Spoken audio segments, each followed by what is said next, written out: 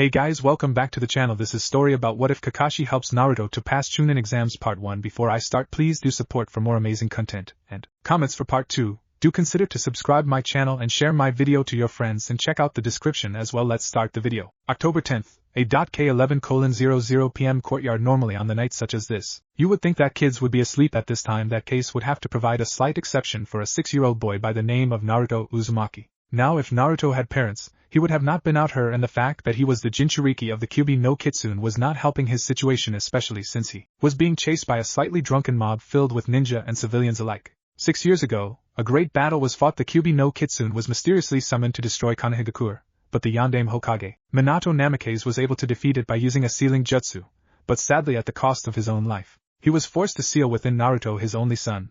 Naruto ran into an abandoned cave with the mob right at his heels, not noticing the forbidden sign. The boy was so terrified that he was constantly looking behind his shoulder every few minutes, and that cost him. There was a rotting floorboard that was in front of him, and when he ran on it, the floor gave away, making the young boy fall with a scream into the darkness. The scream was heard outside of the cave, and one asked, what happened? Demon boy fall through hole. Another answered in a drunken slur, he dead now, let's go. The mob dispersed back to their home, idiotically believing that the bane of Konoha was dead. But as it turns out, the boy was only unconscious, and what was inside the place he fell through would spark a new journey. It would upgrade Naruto Uzumaki into the ultimate ninja upgrade. A few hours later, Naruto woke up groggily and disorientated.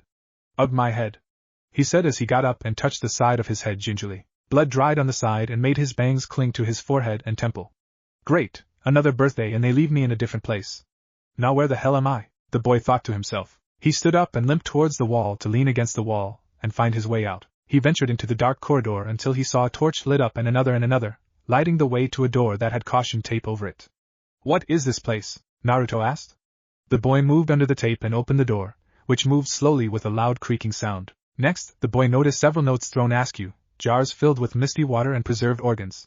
But there was one jar that caught Naruto's eye. It was filled with gray, shiny matter, and Naruto looked around to find a ladder in a corner and pushed it towards the counter. He reached up to grab the jar and struggled to open it with his hands. But little did he know was that the gray matter was reacting to the movement. Naruto's ministrations caused the jar to shatter, and at that moment, the ladder buckled. The Jinchuriki fell to the ground for the second time of this night, and all he saw before he passed out was the gray matter coming at him. October 11th, A.K Konoha Hospital. 10 a.m. Naruto woke up in a hospital bed and his personal nurse, Saya Tanaka, came in. She was only 16 years old and one of the few who thought Naruto was a hero for keeping the Kyuubi at bay each day.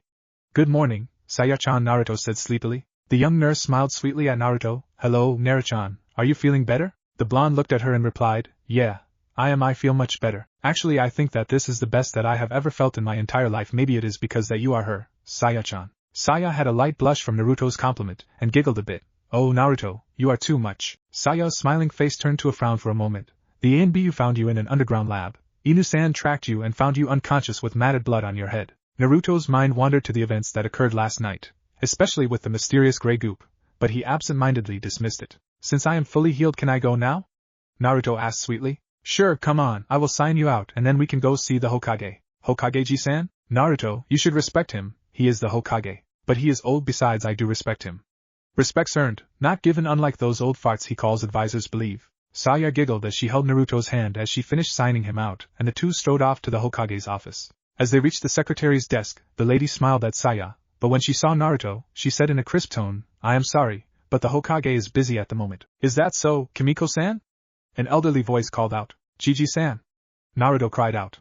He ran to hug Hiruzen Sarutobi, the Sandaime Hokage, at his waist. Kimiko paled in fear while Saya smirked at the woman's misfortune. How are you, Naruto-chan? The god of shinobi asked. I am fine, Gigi-san, I can't explain it, but I feel so much better now. Sarutobi smirked. Maybe it is because of Saya-chan. Saya blushed. But Naruto shook his head. No, that happens every day. I mean, like I feel all energized and stuff. The professor smiled at the boy. Sleep can re-energize the boy. Maybe that is the cause. Now come along, you don't want to miss your first day at the academy, do you? The boy vigorously shook his head from side to side and ran off towards the academy, dragging Saya with him. Come on, Saya-chan, let's hurry or we will be late. Okay, I am coming, Naruto-kun. As the two went ahead, Sarutobi rounded on Kimiko. I am very disappointed in you, Kimiko. I thought that you would be better than that. The secretary's job is to allow all civilians and ninja to see me for their concerns. That includes Naruto-kun. Sir, Sarutobi silenced the woman with his hand raised. I don't want to hear your excuses. I know the routine with several of my former secretaries. Taking your anger out on Naruto is not the answer. He is not the beast that is sealed deeply within him. Naruto is just like any other child, innocent, energetic, curious, and full of life. If he were a demon, this place would be unpopulated at the time he would walk. He turned away. This is only the first warning. 3 strikes and you are out, Kimiko-san. Remember, you are not the only one who has lost someone to the fox, and I hate the beast for it, but not Naruto. He is the hero of this village. Do well to remember that or you will regret it. Academy. Now remember, Naruto, be polite. Making a good first impression on your teachers will help you in the future, Saya said to him in a serious tone. Okay, Saya-chan, I will. Naruto replied as he hugged her tightly, and Saya whispered in his ear, if they are not polite to you at all, I give you permission to prank them good. A mischievous glint appeared in Naruto's eyes as he said, right, Saya-chan. He ran off inside the building and Sarutobi appeared as he said, you have just unleashed hell on those poor teachers, Saya. Some of them need to lighten up or deserve it, plus he sees it as training. Running from Yanbyu, Jonin and Chunin helps him build his speed and agility, and doing that actual task teaches him stealth. That is why I encourage him. Saya said, I believe that Naruto-kun will be a great ninja and maybe someday, a great Hokage. Indeed he will, Saya, indeed he will. I have a feeling that is not all that you feel either. Saya blushed a bit and Sarutobi said, you like him, don't worry about the age thing. My third girlfriend before I met Bayako was only 13 years apart from me, plus he will be a ninja. Saya looked down at her feet, and Hiruzen chuckled a bit at the huge blush on her face. Naruto the boy moved quickly inside of the classroom and found students rushing to sit by friends. He soon found a seat and saw that the person next to it was a bit shy. She had pink hair and jade green eyes. She also had a red ribbon tied in her hair to keep back her bangs from her forehead. Hello, I am Uzumaki Naruto. What is your name? Haruno S. Sakura. Nice to meet you, Naruto-kun. That is a pretty name. The Jinchuriki said with a smile. I hope that we can be great friends, Sakura. It will be fun to be in this class with you. The timid girl blushed. Arigato. Huh. You gotta speak up some, Sakura-chan. I can barely hear you. A new voice said. I keep telling her that too. Naruto looked to see a blonde-haired girl with pale blue eyes and she introduced herself. Hi, I am Yamanaka Ino. I see that you have met Sakura-chan. I am Uzumaki Naruto. Nice to meet you. Ino moved into the seat on Sakura's right-hand side and asked Naruto, are those whiskers birthmarks? Yeah, they are. Just then more students came in and Naruto noticed that his friends Shikamaru Nara, a lazy genius, and Choji Akimichi, his pleasantly plump, loyal friend, came in. Next, he recognized the Hyuga girl who he faintly remembered saving her from teasing bullies. Alright, class, settle down, a teacher said. The students looked to see a brown-haired man with his hair in a ponytail, and a large scar running across the bridge of his nose, along with a silver-haired man with a kind smile. The brown-haired man said, I am Irika Yumino and this is your assistant teacher, Mizuki Tuji. We will be your teachers for the next 4 years. First, we will start off with introductions. Soon, one by one, the students introduced themselves in the front of the class.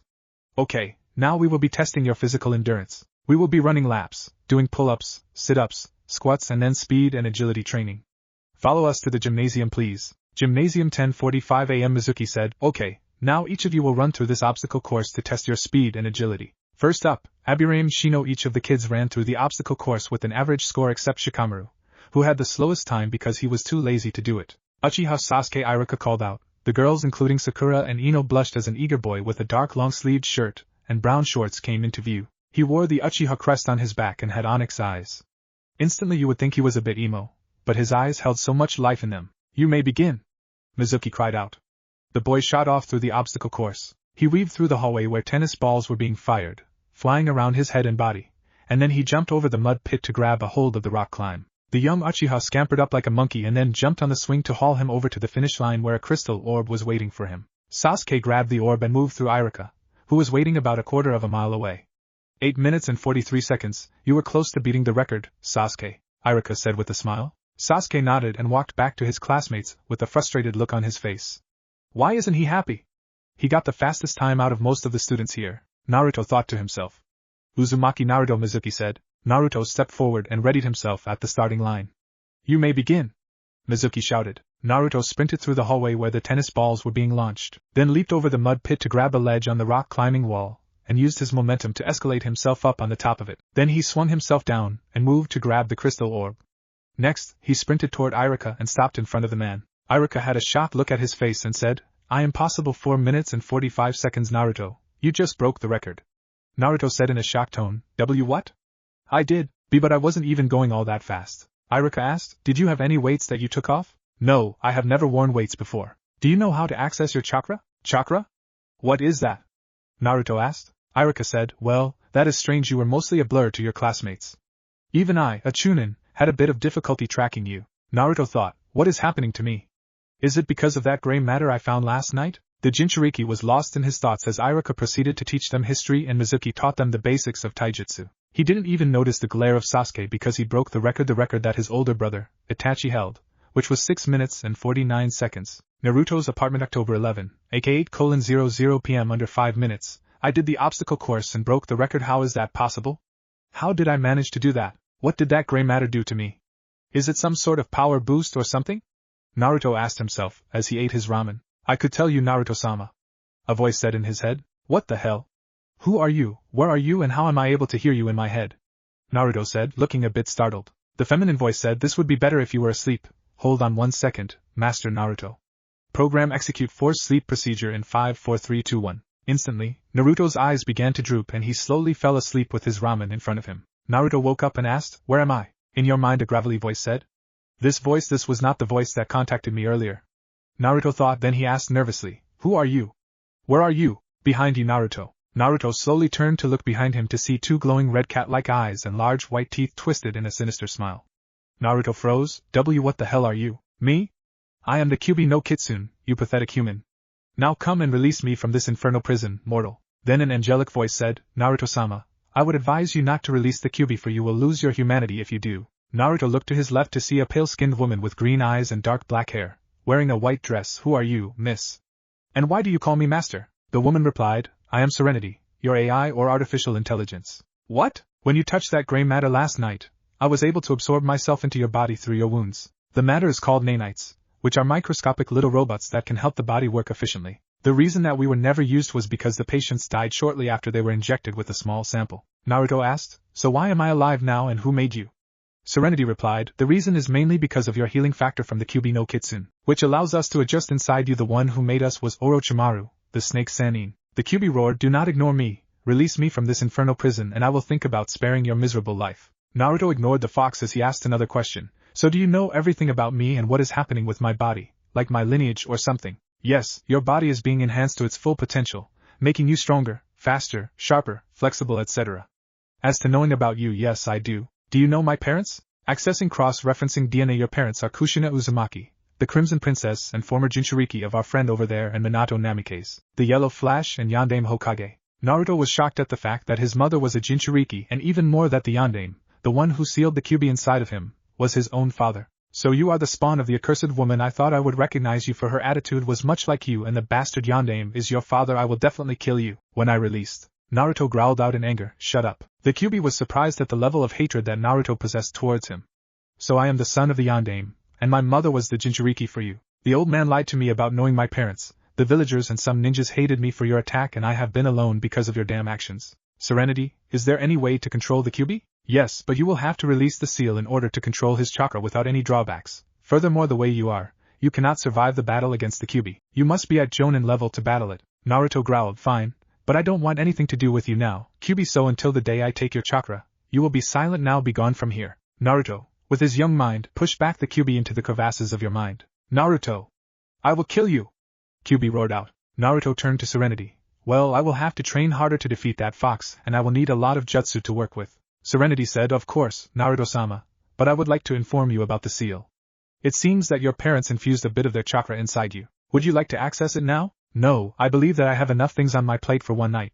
Plus I think I might kill my father before he says anything to me. For now I will not say anything to them until the advantage falls to me to reveal my knowledge.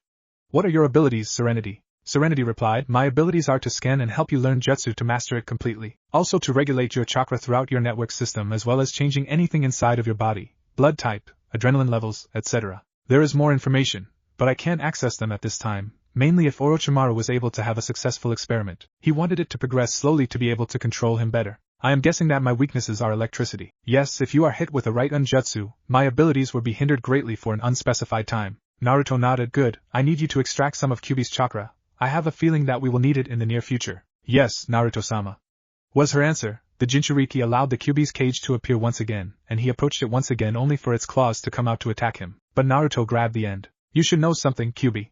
One's mind is a powerful weapon a person can wield. You are living in my mind and in here. I am God until I release that cage of yours. Naruto broke the claw off of Kyuubi, causing it to roar in pain, and looked at it as it dissipates into red-orange chakra that Serenity sent out bits of herself to collect and store. Then Naruto allowed for the Kyuubi to regenerate its missing appendage. You will pay for this pain you have caused me, Naruto. Naruto looked at him and retorted, "Shut up, you know nothing of pain, you are just a manifestation of chakra. The only thing that you can experience is anger, rage, lust, destruction, greed, that is all you know. Now until I have the power of a Jonin, you will shut up and leave me alone. When I have the power, I am coming for your fuzzy ass." After meeting the sinister Kyuubi no Kitsune and the artificial intelligence Serenity, Naruto was conflicted with many emotions. Anger, sadness, pain and happiness were among the ones that were felt the most. So I am a Jinchuriki of the Kyuubi no Kitsune. My mother was the second holder. My father exchanged his life to seal it within me and protect the village. Sarutobi-Jiji-san lied to me, knowing about my parents and the Kyuubi, and I have nanites that boost my body to its highest potential, making me faster, stronger, smarter and more durable than most people. He thought. The boy pondered, I am not going to tell the old man any of this except maybe the knowledge of the Kyuubi. Then the Jinchuriki let out a laugh. Funny, everyone is practically worshipping the clan who gave birth to the cause of Kyuubi's release and the savior and son of the one who sacrificed his life for me, and this forsaken village is treated like a pariah. Naruto got up and declared, well, let's give the crowd what they want, right?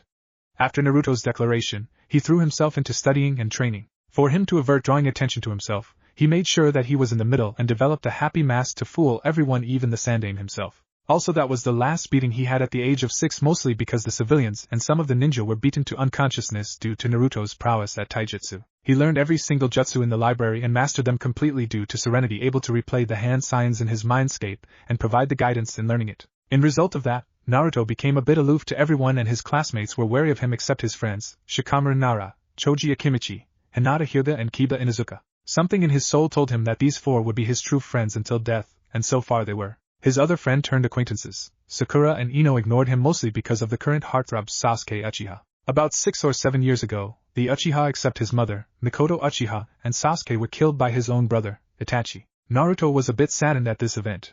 Itachi was one of the few Uchihas that he respected besides Mikoto. Due to an unknown genjutsu cast by his brother, Sasuke's mind was traumatized by the event and fixated on training to confront his brother and kill him personally. Mikoto was trying her best to lead him on the right path, and Naruto remembered the day he met her on the verge of despair. Flashback 2 years ago, Mikoto was devastated. She lost her friends, brothers, sisters and her husband all in one night, killed by her own flesh and blood, her prodigy son. On top of that, her son was changed and began obsessed with training to the brink of unconsciousness to make sure that he was the stronger one when he faced Itachi. Fixated on joining her kinsman in death, she gripped the kunai in her hands and prepared to stab herself in the heart. She moved her arms and as the point neared her skin, a small hand stopped its descent by holding on her forearm. "Why?" she said in surprise. "Killing yourself is not going to solve the problem that Itachi-san killed your family. Plus you still have Sasuke-san to take care." Mikoto-sama, she looked behind her to see Naruto's cerulean eyes and a sad smile.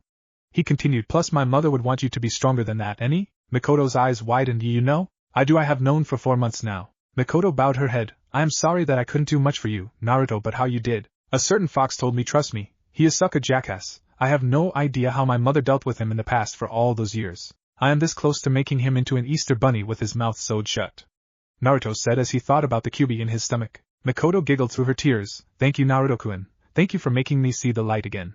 Funny, you are just like your mother." Naruto smiled. "You are welcome." Mikoto-sama, her dark ebony eyes met his and she kissed him fully on the lips on pure impulse. Naruto's eyes widened a bit at her boldness, but was not sure that if breaking away from it was a good idea in her emotional state, so he kissed back. "Besides, when will it be the next time an older woman kisses him, the pariah of Konoha?" A dark-haired woman sneezed and her husband said, "Tsunami, are you alright?" Tsunami answered, "I am alright, Kaiser-kun. I think someone is talking about me. Probably your father in his sleep." Gambling casino, a blonde-haired woman sneezed as she pulled the lever and the slots showed a grape, an apple and an orange. "God damn it!"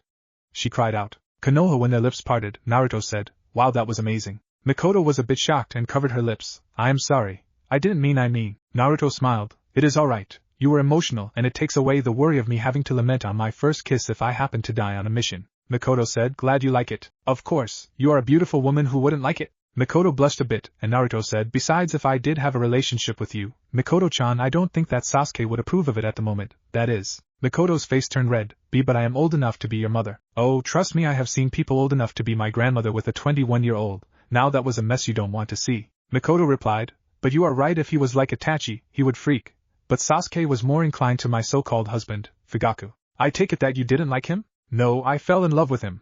But then he changed after the village was becoming distant after the Kyuubi attacked the village. Madara Uchiha was able to control the fox once when he fought against Hashirama Senju, so the suspicions aroused around our clan because of that factor." Naruto was surprised. "He was able to control the Kyuubi?" Yes, but so could Hashirama Senju with his Mokutan bloodline. The only Senju that is left is Tsunade, the slug Sannin, and she is out of the village, plus she doesn't have the Mokutan bloodline. Therefore the suspicion was on the Uchiha clan. Soon my husband started planning and tension grew between him and Itachi after Itachi's friend, Shursui, mysteriously drowned in the river.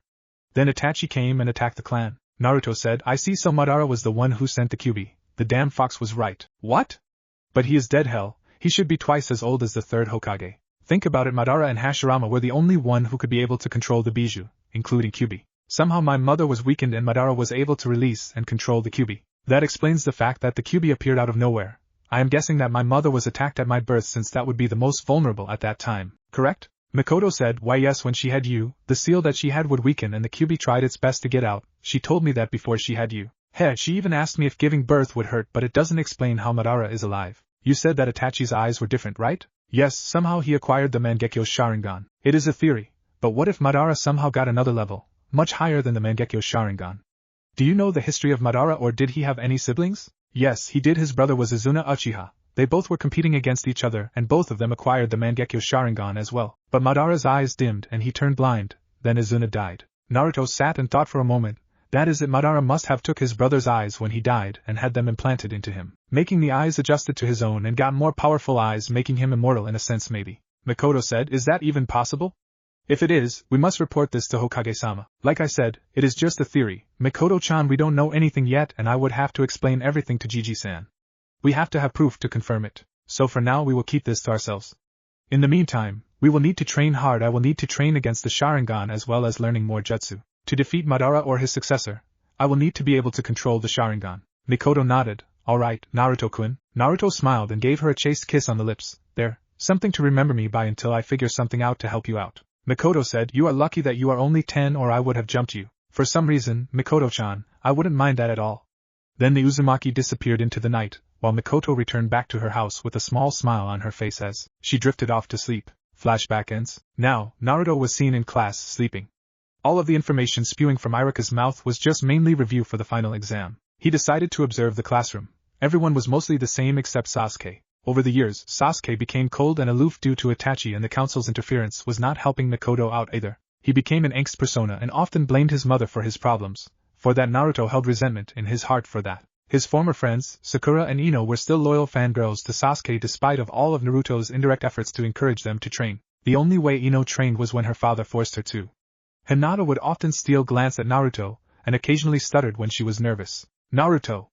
Iruka shouted. What do you want, Iruka-sensei? I want to pay attention to the lesson, to a pointless review of everything I have learned for the past 4 years, thanks, but I will pass on that. Then what is the Yandame's most famous technique? Which one? The Rasengan or the Hiraishin, because both of them were used fairly frequently. Naruto answered lazily. Who are the Sannin? Jiraiya, Tsunade and Orochimaru, former students of the third Hokage, Hiruzen Sarutobi. The only reason why they got the title was because they were the only survivors who battled against Hanzo of the Salamander, and lived. Also Jiraiya is a known pervert. Tsunade sucks at gambling and Orochimaru is a traitor and likes to touch little boys. Hashirama Senju, co-creator of Konohagakure along with Madara Uchiha, possessed the Mokutan bloodline. Are you done yet? Iruka was silent and Naruto took it as a yes and put his head down once again. Soon he woke up just as Iruka said, now we will have sparring matches to determine the Rookie of the Year and Best Kunoichi of the Year. Naruto thought to himself, finally something interesting. The classmates filed out in order to get the matchups. As the boys and girls battled it out, it soon came down to Naruto and Sasuke. It is down to you two, Naruto. Sasuke, you will fight. The same rules apply. If you run out of the ring, you lose 1 point. You hit your opponent, that is a point. First one to get 3 hits win and become the Rookie of the Year. Iruka said. Both boys nodded and slipped into their stances and the Chunin shouted, begin. Sasuke said to the Uzumaki, you can't defeat me, Uzumaki, I am stronger than you. Say that after you win the match, Sasuke-san. You are overestimating your strength here. What do you know about strength? A lot more than you. I know how to gain more power through friends. You have no one to lean on and that is why you will lose. It seems you have forgotten how to gain true strength, no less to wipe your own ass. Sasuke shot forward and attacked Naruto, but the Jinchuriki ducked under his cross. The Uchiha sent a kick to the Jinchuriki's head, but the Nanite enchanted boy caught his leg and lifted it up to flung him to the side. Sasuke corrected himself by landing on his feet and ran to give Naruto a flying kick, but Naruto caught it. You are too slow, use your speed instead, that is your strength, not brute power, Sasuke-san. Shut up and stop blocking, Naruto replied, but that would defeat the purpose of the exercise. You can't expect an enemy ninja to just take your shots. Sasuke sent a flurry of punches only for Naruto to block his shots, and then Naruto decided to end the charade by moving himself in Sasuke's guard and attacked him. The boy moved forward and gave the Uchiha left cross, causing the arrogant boy's head to snap to the right. Next, the Jinchuriki rushed in and sent a right elbow to the face. Sasuke managed to block the elbow strike to his head while making a fatal mistake. He used two hands to do it, allowing Naruto the opportunity to use his left hand to embed itself into Sasuke's gut. The boy stumbled back and then Naruto sent the back of his fist into Sasuke's neck and then did a spinning back fist to Sasuke's head with his other arm, effectively knocking him out. Winner, Naruto Uzumaki. The fangirls excluding Ino and Sakura protested. No way. Sasuke-kun couldn't be defeated. The idiot must have cheated. Yeah, he is an idiot, only an idiot. Iruka rubbed his temples, for the umpteenth time. Will you shut the hell up? The Uchiha was brought down swiftly and he is even unconscious. Plus I am a censor, so I would know if chakra was being used at all, and Naruto hasn't done any ninjutsu or genjutsu. Wake up and face reality. Sasuke Uchiha lost the match. Then he turned to Naruto. Congratulations, Naruto, you are the rookie of the year. Give the title to Sasuke-san. Then one girl asked why? Are you admitting to cheating? No, because I don't want the title to go to my head. Besides, now that Sasuke knows that I can beat him, he will begin to abhor the title until he beats me. As for the cheating, we are fucking ninja, we are supposed to cheat. Next, the battle for the Kunoichi of the year was underway, but mostly everyone decided to ignore the battles since they were mostly catfights and shouting matches since the majority of the girls were fangirls. Needless to say, Hinata became the Kunoichi of the year, which she gracefully accepted since the accomplishment would please her stoic father. Alright, you are dismissed. Tomorrow will be your graduating exam, so be sure to review the henge, kawarimi and bunshin. Iruka said. Then the class has dispersed while Naruto took the courtesy of taking Sasuke back to his house, plus the fangirls were starting to creep him out with those weird looks they were giving the unconscious Uchiha. Serenity, have you found the problem to the reason why I can't utilize the Bunshin no Jutsu? Naruto asked telepathically. The amount of chakra that you are using for the Bunshin no Jutsu is overloading it. Even if you applied a little bit using your current chakra control, your chakra, mixed with a minuscule amount of the Kyuubi's chakra, destroys it, slowly causing the dead and pale look on your clones. The AI replied. So I could never use the Bunshin no Jutsu. Oh, well, at least Miko-chan taught me that Tsuchi Bunshin no Jutsu beforehand. Useful for training, Naruto said. Would you like to train in utilizing the Goryoka no Jutsu, Naruto-sama? Yes, please send me the hand signs. Instantly Naruto was given the hand signs and proceeded to practice them until he dropped in the forest. When he woke up, he heard the sounds of kunai clashing against each other. Funny, who would be training this late? I wonder who. Wait a minute, Naruto thought as he focused his hearing to realize that it was Mizuki and Iruka. Mizuki and Iruka-sensei fighting? That is a surprise, considering that they are friends. Well, all people have their disputes. Let's see if I can settle this. The Nanite's enhanced boy came into the clearing to see that he was right and Mizuki had some big scroll on his back. The silver-haired Chunin was able to knock out Iruka and was poised to kill him, but Naruto rushed out to give him a knee strike to the face. You! Mizuki said as he got up, clutching his nose. Yes, me. Going somewhere, Mizuki? Mizuki gave the boy an evil smirk. Good, I could frame you for this if you were dumb like that seal I put on you should have done, you stupid demon fox. Seal? Naruto thought. Serenity. Check for all seals excluding the Shiki Fujin. Acknowledge. Scanning. Scan complete. It seems that you have a total of 11 seals on your body. With the nanites, you broke the 2 Yamanaka seals that inhibits your ability to retain information. 4 seals hindering your chakra control, a loyalty seal, a vanity seal, a judgment seal, a paralysis seal in case you leave the village without consent, and a death seal. Alright, I will deal with this problem later. Naruto replied to the AI. By then, Mizuki was done with his rant and Naruto attacked the Chunin at full speed. The Chunin stood no chance as Naruto beat him into a pulp. He took the scroll off of the defeated Chunin, and it opened to reveal the Jutsukage Bunshin. Serenity, make a copy of the scroll of seals please. Analyzing the process will take 30 minutes, and the ANBU Black Ops will be here in only 5 minutes. Then just copy the Kage Bunshin instead. We will copy the scroll another time. That jutsu will be useful to use. Naruto re-rolled the scroll and went over to the unconscious Iruka after Serenity finished copying the jutsu description and hand sign. The ANBU arrived and took the scroll while Iruka was admitted into the hospital while Naruto sat beside him as he went over the seals on his body. The death seal was planted by Hamura Mitokado, the loyalty and paralysis seal were placed by Danzo Shimura, the vanity seal was placed by Mida Haruno, Sakura's aunt, the judgment seal was placed by Fugaku Uchiha and the chakra inhibitor seals were placed by Mizuki, Shursui Uchiha, Akito Akimichi and Sengoku Inuzuka. The 2 Yamanaka seals were placed by Tora and Taka Yamanaka. Naruto was furious and spent the whole night destroying the seal placed on his body using the nanites that stole some of the Kyuubi's chakra. Then he went into the forest once again, away from the prying eyes of any shinobi or civilian. Naruto began to practice the hand signs until he was able to do it in a blur. Then he applied chakra and shouted, Katan, Guryoka no Jutsu. A small fireball shaped like a dragon head appeared and crashed into a tree, scorching the bark. Good, it actually scorched the back. But the jutsu is supposed to be like the Gokaku though? Unlike the Great Fireball Jutsu, therefore it requires more chakra to produce the desired effect, Naruto-sama.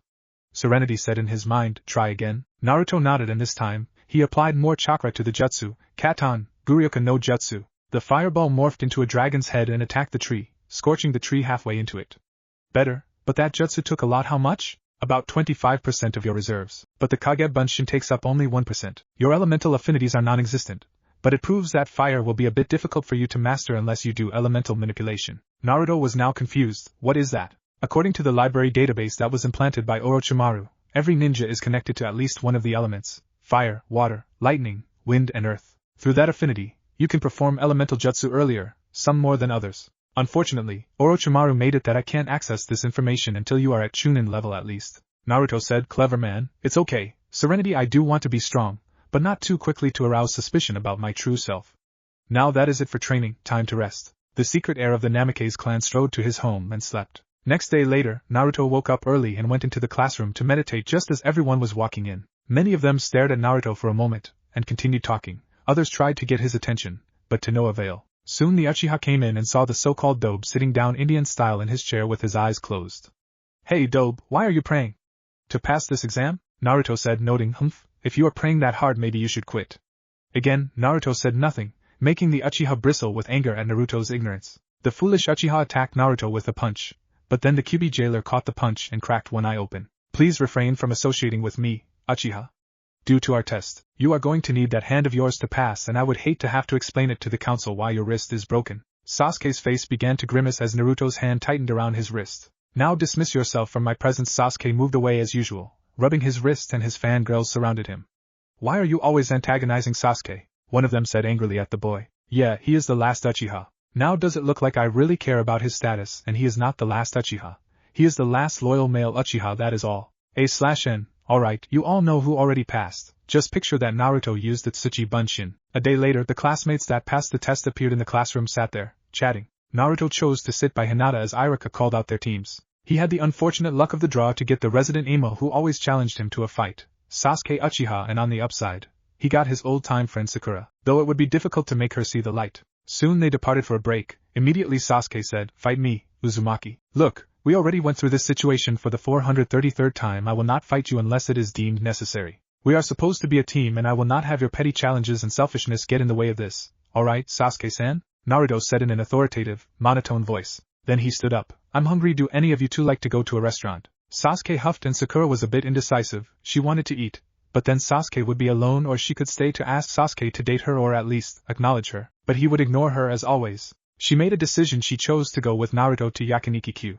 As they ate, Naruto asked, so Sakura-san, have you been keeping up with your training? The Haruno winced a bit at the suffix, but deep down, she knew that she deserved it. After the Uchiha massacre, she saw Sasuke lose his smile and she wanted to be the one who brought it back. In result, she broke off her friendship with Ino and Naruto to become her rival and ignored the Jinchuriki for the past 4 years, passing him off as annoying. I have been slacking off a bit, but I will try not to bring this team down, Naruto.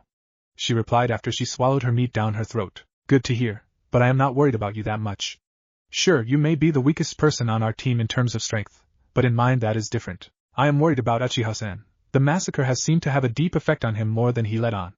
Naruto replied. What do you mean? The fact that his sibling destroyed his clan members to only 2 has caused an alarming effect on his mind. I think that Sasuke is like a lone wolf. He believes that he doesn't need anyone but himself, therefore this team is useless. Sakura said, maybe if you fight him, he will be willing to work with us. Naruto shook his head. No, then his inferiority complex will kick in. He wants to be strong enough to kill his brother. I am a measuring tool to him ever since I broke the record. Plus I'm physically stronger than Choji and faster than Kiba even in the bestial form. Sakura said, so what do you suggest? I know Sasuke-kun is like that a bit. The one I can actually see who can tolerate and deal with him is you, but he will not notice you if you keep asking him on dates. He likes strong women like his mother, Mikoto-san.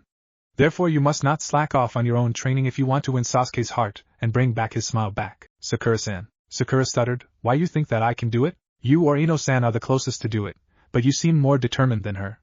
Naruto said with a smile, okay, looks like it is time to return back to meet our sensei. 2 hours later, Sakura and Naruto's eyes were twitching and Sasuke was just sitting there, brooding and glancing at Naruto once in a while. Finally a silver-haired man with his headband over his right eye walked in with his orange book in hand. Oh hail, Sakura said, interrupting, you are late, sensei. I'm sorry, I got lost on the road of life. Naruto thought with a sweat drop, that was the worst lie I have ever heard in my existence. The Jonin said, meet me on the roof, so we can introduce ourselves in some new scenery. Serenity said to Naruto, that is Kakashi Hatake, former ANBU commander, codename, Inu. He is known as Sharingan no Kakashi or the Copy Ninja. He is said to known over 1,000 jutsu and his eye was obtained by Obito Uchiha, his own teammate who was killed in action during the Third Great Shinobi War, and his other teammate, Rin, is missing, presumed dead. Naruto thought, so Inu-san is here. Never knew he was so late in crucial things. At least he wasn't late when he was in the ANBU Black Ops. The four of them reached the roof and the genin sat on the steps while Kakashi sat on the railing. Alright, now let's introduce ourselves, likes, dislikes, hobbies, etc., he said. How about you start off, sensei? You are kind of suspicious, Sakura said. Kakashi replied, fine, I'm Kakashi Hatake. My likes you don't need to know, my dislikes my hobbies I have lots of them, and my dream maybe later. Your turn. Every genin's thought was he only given out his name. I'm Sakura Haruno, my likes are Anmitsu and a certain boy, my dislikes are arguing and my rival Ino Yamanaka, my hobbies are sewing and dancing, my dream is to become a great kunoichi. I'm Naruto Uzumaki, my likes are my friends, training and food, my dislikes are traitors, arrogant people, needless fighting and corrupt people as well as a certain fox. My hobbies are cooking, training and playing the violin or piano, my dream is to become a strong ninja. Sasuke Uchiha, I have little likes, my dislikes are cowards, my brother and weaklings, my hobbies are training and my dream ambition is to kill a man that has wronged my clan. You know, Naruto said, it is no secret that Itachi Uchiha, your brother, killed your clan. Sasuke, you can say it out loud. Alright, enough, just so you know, you are technically not genin yet. Kakashi said as he noticed that Sasuke was about to retort. What? Sakura said in surprise. Yes, you must pass my test tomorrow, but the scary part is that this test has 66.6% chance of failure. Meet me at training area 3 at 8 in the morning and don't eat or you will throw up. The team departed and trained a bit in preparation of the test. Naruto slept in since Serenity gave the information that Kakashi was always 2 hours late unless it was for a mission, and ate a breakfast of cereal and buttered toast. When he reached the training area, he found that Sakura and Sasuke were hungry, tired and looking a bit pissed. Where were you, Naruto? You are never late until now, Sakura said angrily. I asked around about our sensei after we parted ways. Turns out that he has a chronic lateness thing. He is always late by 2 or 3 hours unless the Hokage requested of him. Naruto somewhat lied. Then the Jinchuriki took off his pack and began to assemble a crossbow, making Sasuke ask, what are you doing, Uzumaki? Setting up traps. Whatever the test is, we are going to have to fight him. Sasuke said, how do you know that we are going to fight him? He obviously said at the training ground, you can't come here unless you are physically training and have a ninja license. Also he told us no to eat anything to make us weaker, more susceptible to getting tired. Naruto explained as he tested the bolt, which sank into the tree that he was aiming at. Good, now to place them. Naruto said to himself. Using wires, he set up traps at points he hoped that Kakashi wouldn't notice and made sure that his teammates were watching where he put them, so they could avoid it. Now I will need the two of you to work with me, so we can pass whatever test we got. Sasuke demanded. Why? You realize that you are weak? Uchiha, either you nor I have the power or experience in defeating a Jonin-level ninja. Kakashi-sensei was once the student of the Yondaime Hokage, meaning that he is very powerful. Unless we can put aside our differences, we have absolutely no chance in winning at all. Naruto said, in terms of fighting, he is much on the level of Itachi, maybe slightly lower. Plus we all don't want to go back to the academy, right? Sasuke reluctantly nodded and said, fine, but if this doesn't work, I am taking him out myself. Agreed. Soon Kakashi came into the clearing. Yo, you are late! Sakura shouted. The Jonin ignored her as he pulled out an alarm clock and put 3 bentos on top of the stumps. Okay, it is almost time. Kakashi said, listen up, I am only explaining this once. The 3 genin stood to attention as the silver-haired Jonin held out 2 bells attached to strings and stated, your objective to get these bells from me under the time limit. You can use ninjutsu, taijutsu, genjutsu, anything to get these bells from me. Sakura said, what happened to the one who doesn't get a bell? That person will be tied to the stumps and watch as the rest of his or her teammates, and myself, eat a bento in front of them. When fighting me, I suggest that you come at me with lethal force. Kakashi said seriously. Sasuke said, I bet all of us can kick your ass without breaking a sweat. So says the Rookie of the Year? Sasuke bristled in anger, and charged at him with a kunai in hand. Naruto's eyes caught Kakashi's movements as the Jonin took the Uchiha's armed hand to place it behind the head of the young genin. Ma, I didn't tell you guys to start yet, Kakashi said with a nice smile. He is very fast, I could hardly keep up with him a bit when he did that maneuver. Well, he is my father's best student due to his record. Naruto thought. The Jonin released Sasuke and said, okay, ready, start. Everyone separated into the bushes and Kakashi took out a look as he thought. Everyone is hidden well, wait, Naruto. He disappeared? Suddenly the Jonin took a few steps forward and Sakura pulled a string to activate one of Naruto's traps. A crossbow shot 3 bolts and Kakashi jumped back only for a rope to wrap around his ankle. The Jonin quickly cut the rope off to jump back into another crossbow trap. How the hell did I not see this at all? All of these traps are well hidden. Surely Sasuke nor Sakura couldn't have Naruto, the Jonin thought to himself. Naruto smirked as he signaled Sasuke to join in the fray. Looks like he has figured it out now for the Uchiha to lure over to the real trap while Sakura is setting up the grand finale. The Uchiha leapt in the air as he flipped through hand signs and shouted, Katan, Kakaku no Jutsu. Kakashi's eyes widened. Even a genin shouldn't be able to do that jutsu yet either. Kakashi replaced himself with a log only for a trap to activate, and shoot out kunai at the Jonin. The Yandame's former student ran into the forest to avoid them, and saw Sakura running, and he followed her silently. Soon he came into a place where Sakura was muttering, Where is Sasuke-kun?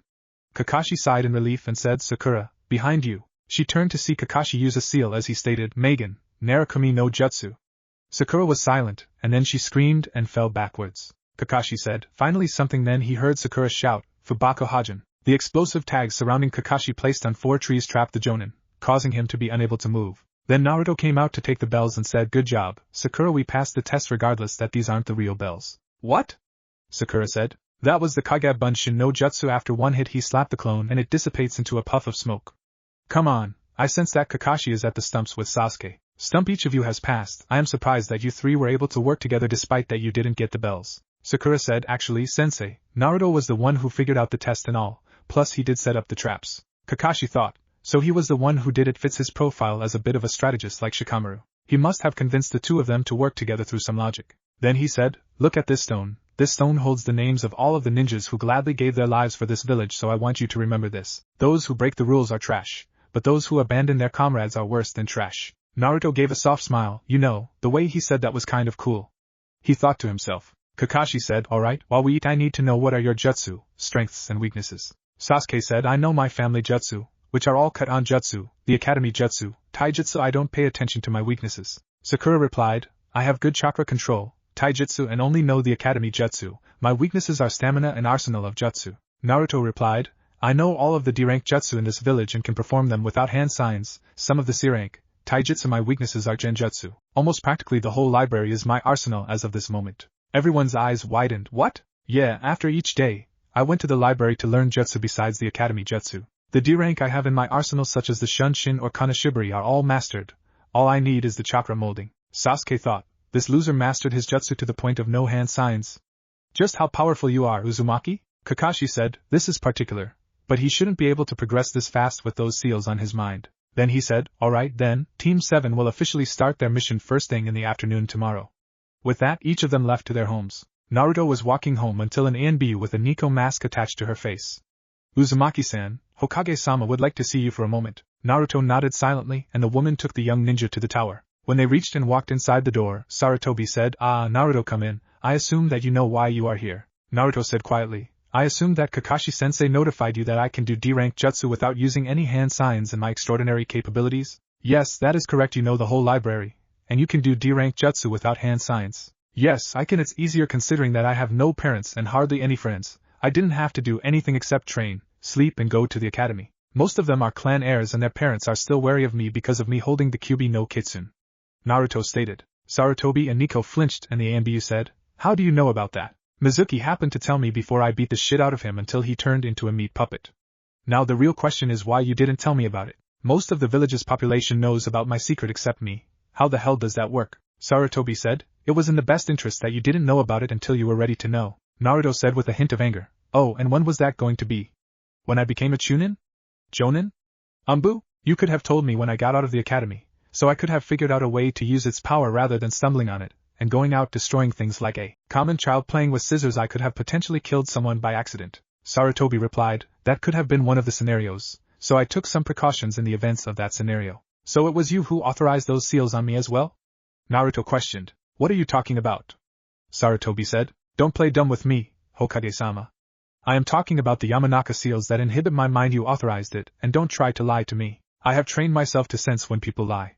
When you lie, your eyes tend to flicker up to the left, indicating that you are story-weaving instead of remembering events. Sarutobi sighed in defeat and replied, Yes, I authorized those seals to be placed on you and those were the only ones that put there, so you could be a bit hindered in the intelligence department.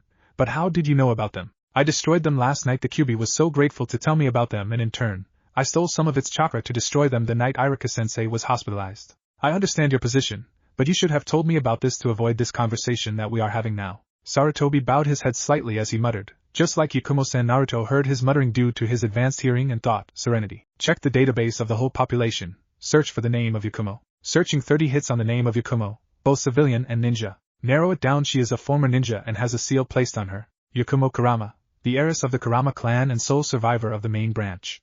Her mind was sealed by her tutor, Kurina Yuhi, by order of the third Hokage. Her clan's specialty is genjutsu. Their illusions are so powerful that they can create real effects. Due to the drawbacks of her power, since she was the most powerful of them, causing her body to become very fragile, and created a second personality, dubbed as the Ito. It is a monster that could take over and use her power for destructive purposes. Yakumo uses her paintings as a medium to direct it. She is currently under surveillance by ANBU and medics. Naruto said, Serenity, what is my blood type? AB positive. Hers is the blood type O positive. I see. I will need you to convert my blood type to O positive. Yes, Naruto-sama, it will take 2 weeks to do so.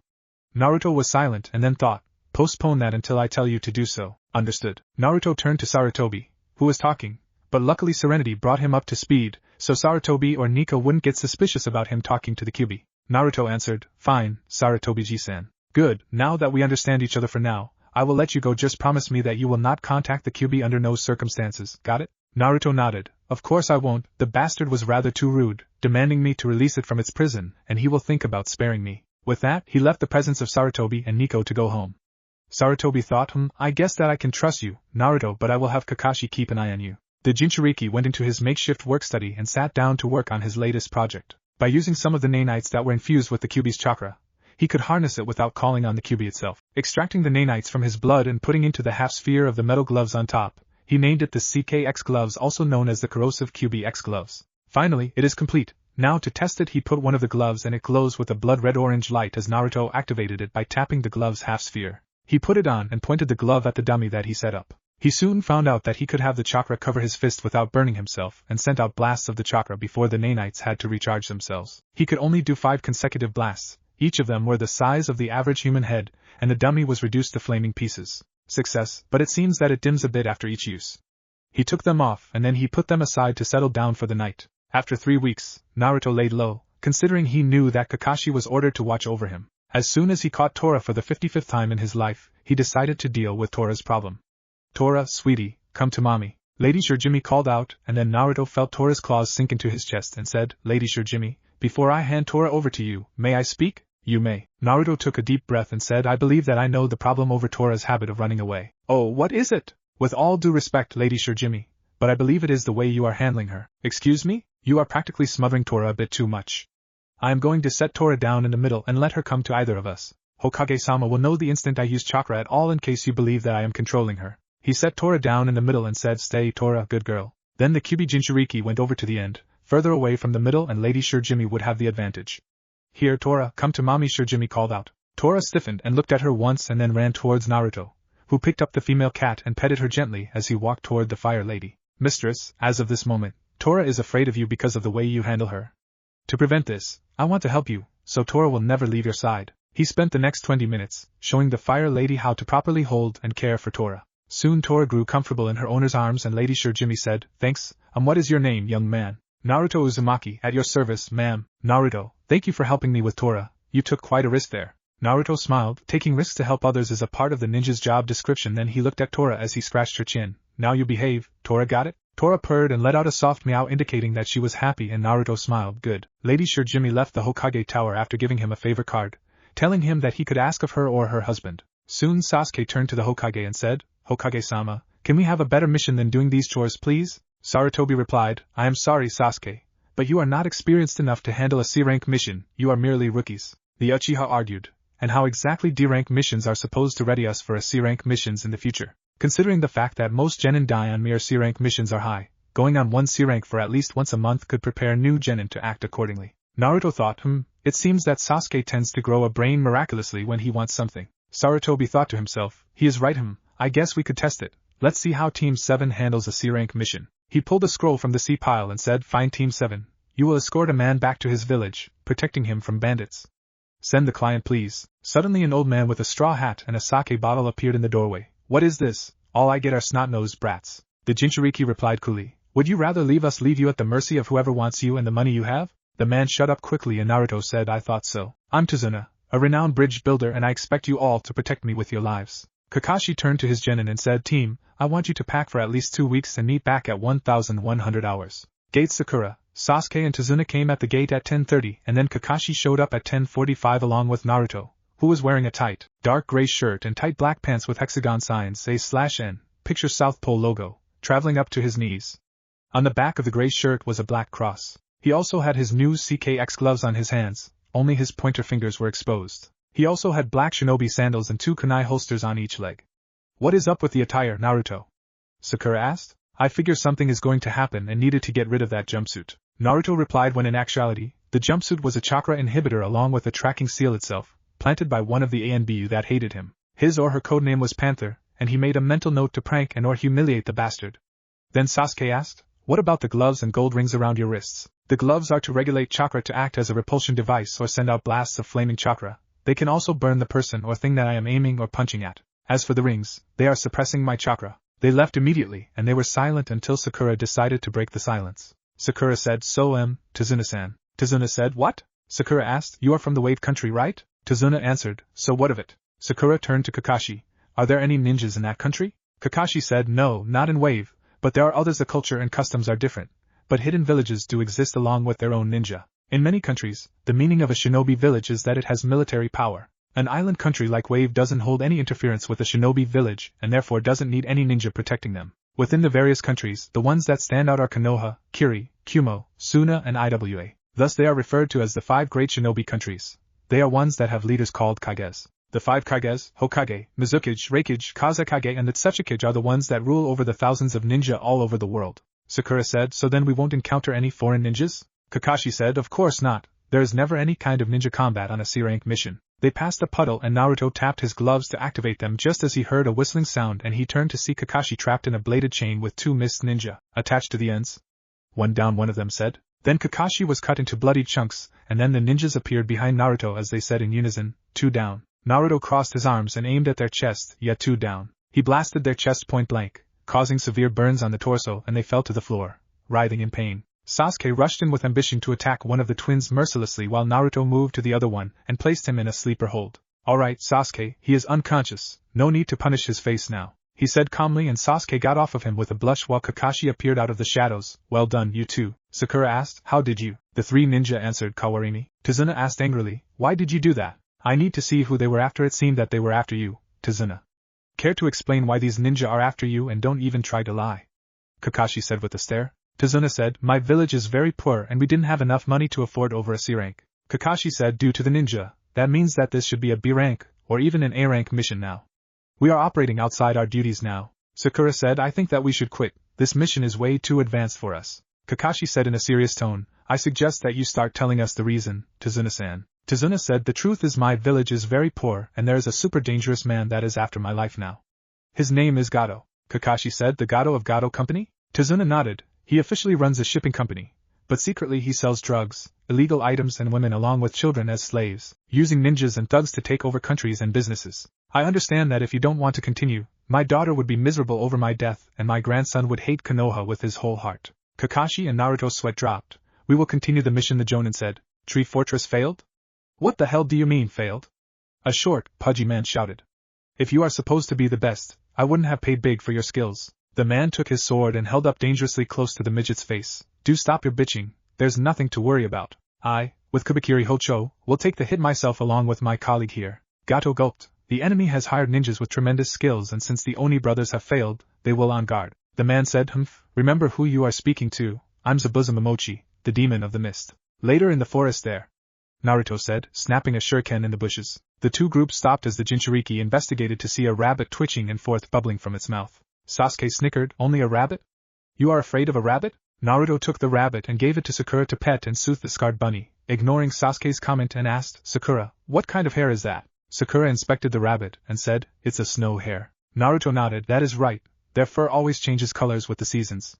Since it is spring now, its fur is supposed to be brown now. Sakura caught on, but its fur is white, which means someone kept it as a pet and used it as a decoy, which means someone is duck. Naruto shouted and he took Tazuna and Sakura. Sasuke and Kakashi also ducked to avoid a large sword spinning over their heads and sank into the tree. Kakashi said, Zabuza Momochi? Serenity said, Zabuza Momochi, an A-rank new Chunin from Kirigakure, specializes in water jutsu and the silent killing technique. He attempted to assassinate the Sandai Mizukage, but the plan failed and he was forced to flee. He is also a former member of the 7 Shinobi Swordsmen of the Mist, and the reason that the bloody Genin exams were ended since he slaughtered over 100 students in cold blood to graduate. Naruto thought, looks like Sensei will have a bit of difficulty dealing with this guy. Zabuza said, sorry to bother you but I need you to hand over the old man. Kakashi said, unfortunately we can't do that. Team 7, protect Tazuna, Manji formation. He uncovered his headband to reveal his Sharingan. I will handle this. Zabuza said, a shame, oh well, at least I get to fight against you, Kakashi. Then Zabuza pulled out Kubikiri Hocho and stepped onto the lake. Ninpu, Kirigakyu no Jutsu. The rogue Jonin faded from their sight. Kakashi thought, since he is known to be proficient in the art of silent killing, he'll come after me first. Sakura shouted, the mist is getting thicker. Then Zabuza's disembodied voice, 8 choices: liver, lungs, spine, clavicle vein, jugular vein, brain, kidneys and heart. So many choices, which one should I go after? Then a blast of killing intent hit everyone, but Naruto shook it off due to the mob attacks. On the other hand, Sasuke was gripping his kunai and was freaking out. So this is it, a battle between Jonin. The air is so thick with suspense it makes you want to kill yourself to end it. Sasuke, calm down, I will protect you to my last breath, Kakashi said. They looked up in the Jonin's face as he said, I will not allow my comrades to die. Everyone blushed at the saying as Zabuza appeared in the middle of the Manji formation. I wouldn't bet on that. Zabuza swung the cleaver, game over. Kakashi moved quickly and stabbed Zabuza in the stomach, only for him to turn into water and the real Zabuza appeared behind the Jonin. Sensei, behind you, Naruto cried out, but it was too late. Sakura screamed as Kakashi was sliced in half in front of her, but then the blood turned into water as well. What? A Mizubunshin? He was able to copy me in this mist? The ex-mist Nin thought. Don't move, Kakashi said as he held a kunai to his neck. It's over. Zabuza chuckled, you are good, Kakashi, I admit that. You managed to copy my Mizubunshin and actually made it say something you would say. On top of that, you yourself even used the Kirigakyu no Jutsu to hide yourself. Clever but not clever enough. Zabuza chuckled louder, it's over? Yeah, right.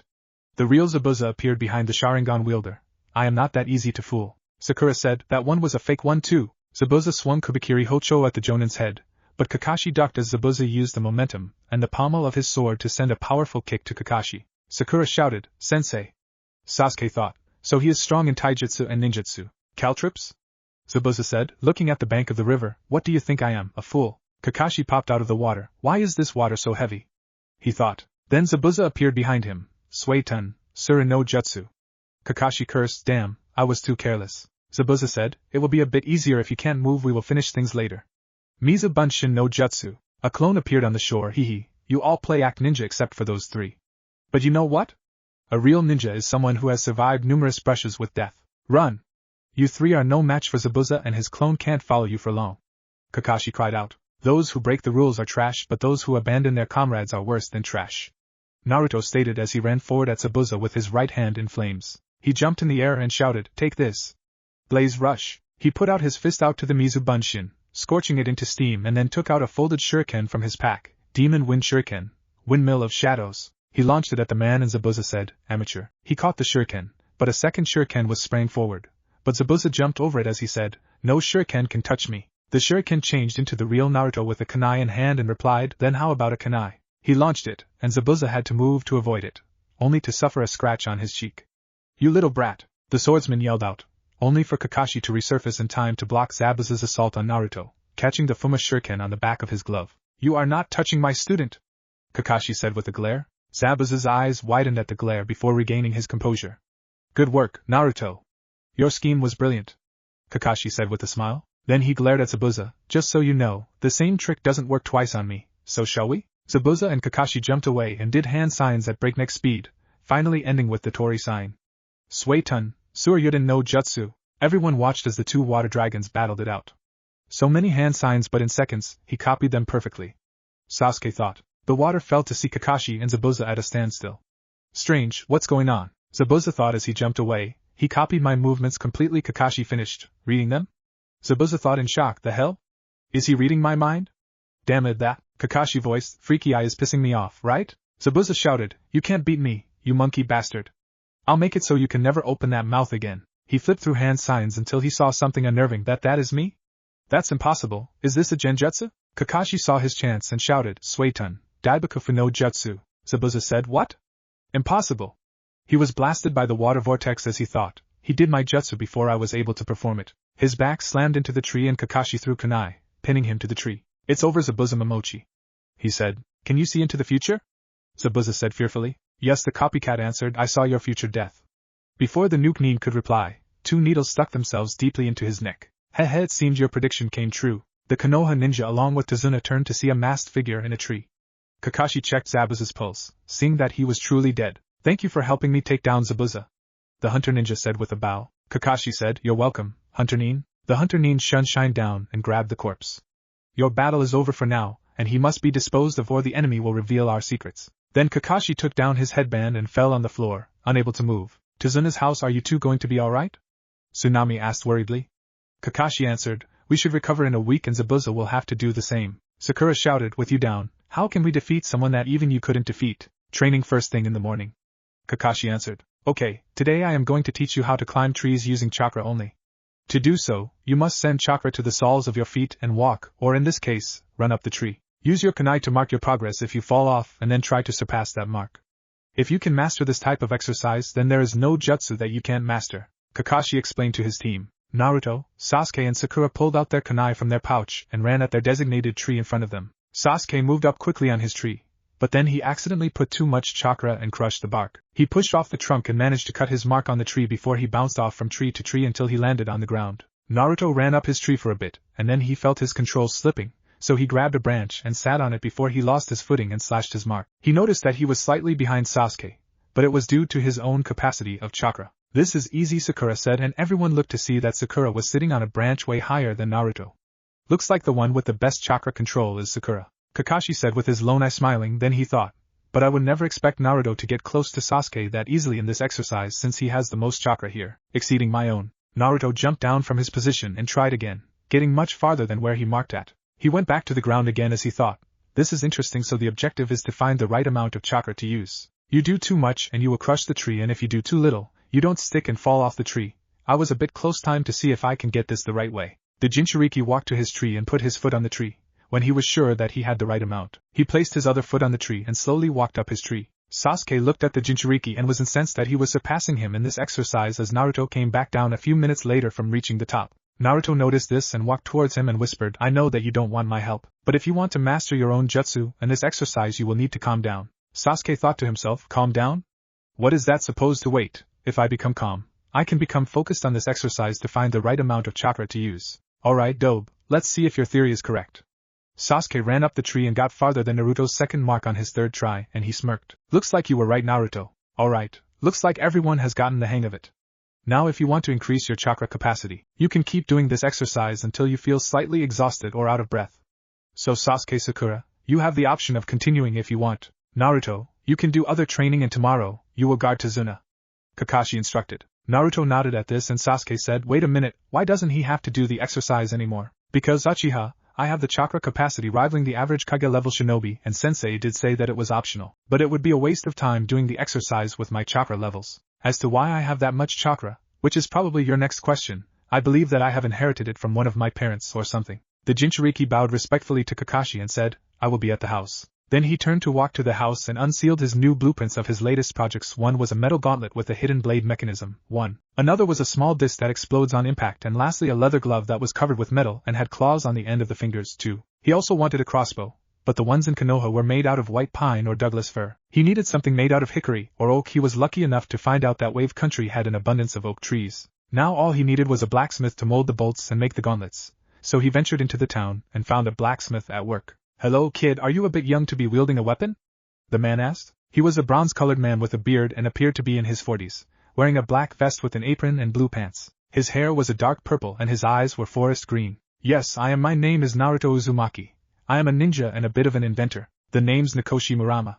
So you are one of the guys that Tazuna hired, huh?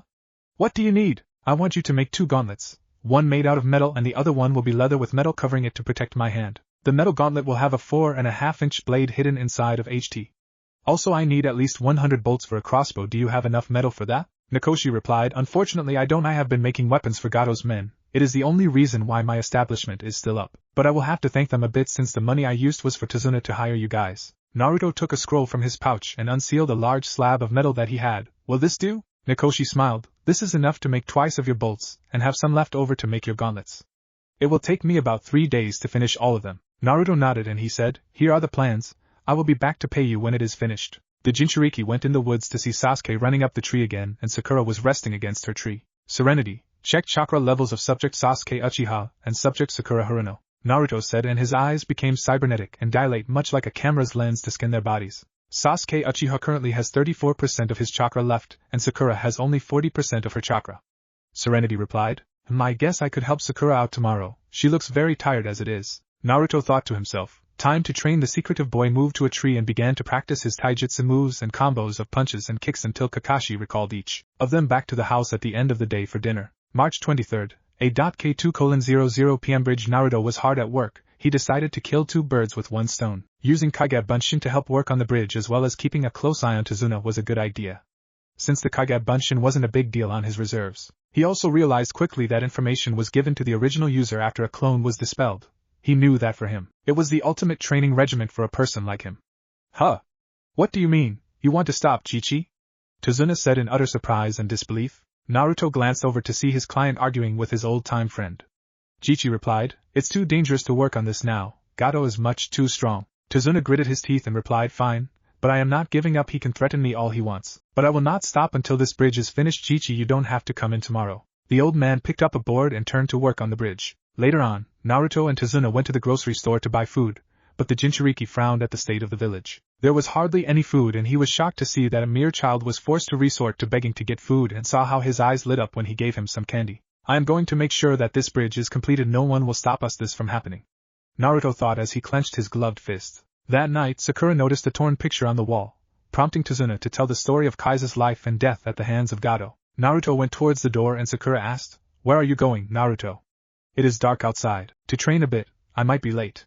He answered as he went out the door and traveled deep into the woods to train until he fell unconscious from exhaustion. Soon he was awakened by a pretty girl dressed in a pink yukata with a black ribbon tied around her neck. You know, it is bad to sleep out here without Gato's men lurking about. I could say the same about you. It is not like thugs to not harass a pretty lady such as yourself. Miss, I'm Naruto Uzumaki. Haku is my name. What are you doing here, Naruto-san? I was training. I am a ninja. I want to be strong to protect the people here. No one should suffer like this. Kids shouldn't be out begging for food on the streets, Naruto said in a serious tone. Haku reflected back to her hardships as an orphan until she met her master. Well, keep working hard on it, Naruto-san. I am sure that you are pretty strong as it is. Thanks, Haku-san. Make sure that Zabuza heals up soon. Haku stiffened and the Jinchuriki said to her, you're sent and I recognize your voice when we met you 2 days earlier. I am not going to kill you. I am going to extend the same courtesy to you since you obviously had the chance to kill me in my sleep, but for some reason you didn't. Haku nodded silently and left, passing Sasuke along the way. Who was that girl you were talking to?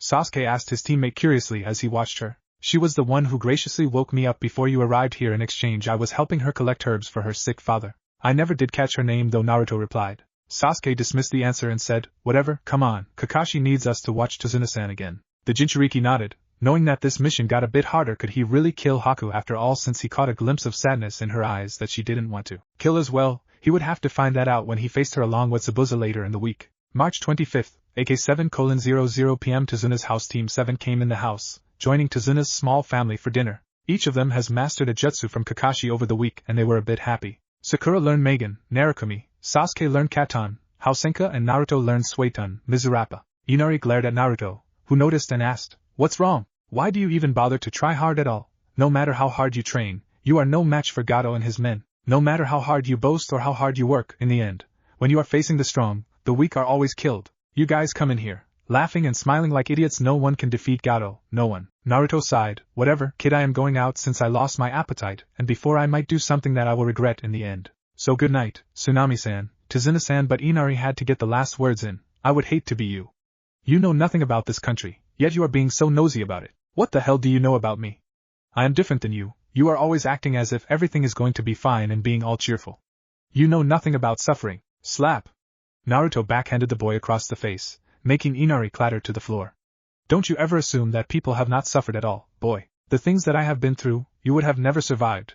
You would have wished you were dead, so stop sniveling and whining like a newborn baby. Maybe if you grow a pair like your grandfather did, you would see that the power that Gato holds in money. It is a shame Kaiza-san would have been so disappointed in you. In fact, he would hate to be you. Sakura said as she touched his shoulder. Naruto, you have said enough. He shrugged off her hand off her shoulder, and gave Tsunami a healing balm from his pouch. Here, that should bring down the swelling on his cheek, and I am sorry for striking your son. With that, he went out the door to visit Nakoshi as he always did at this time of night. He knocked on the door and a woman opened the door. She was very beautiful and had short, curly black hair up to her shoulder and hazel eyes. Her skin was a light golden brown. Why, hello again, Naruto-kun. Nakoshi-koi is out back. Come on in, she said with a caring smile. Thanks, Ayaka-san. Just then Nakoshi came in. Hey, Naruto, the bolts and the leather gauntlet are finished, but the other one isn't just yet. Thanks for telling me about that. I just needed to clear my head for a bit. Oh? How so? The man asked. Inari. Oh, he must have said something that hit close to home. I bet Kaiza and Inari were very close, and when he was killed, Inari was affected the most. Naruto replied, I know, but he has to realize that there are others who have suffered other than him, some more than he has. Nakoshi placed a hand on his shoulder. True, but you can't blame him at all, he has never encountered ninja before. Well, enough of this doom and gloom business. Come, I will show you your crossbow. I even made an extra one for you as well. The ninja followed Nakoshi into the shop and the blacksmith gave him the crossbow.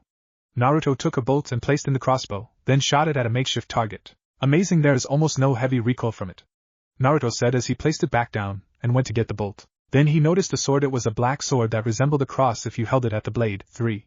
What is with the sword? He asked. Oh, that it was a memory of my younger days. I was a swordsman once until I met Ayaka and Two-san.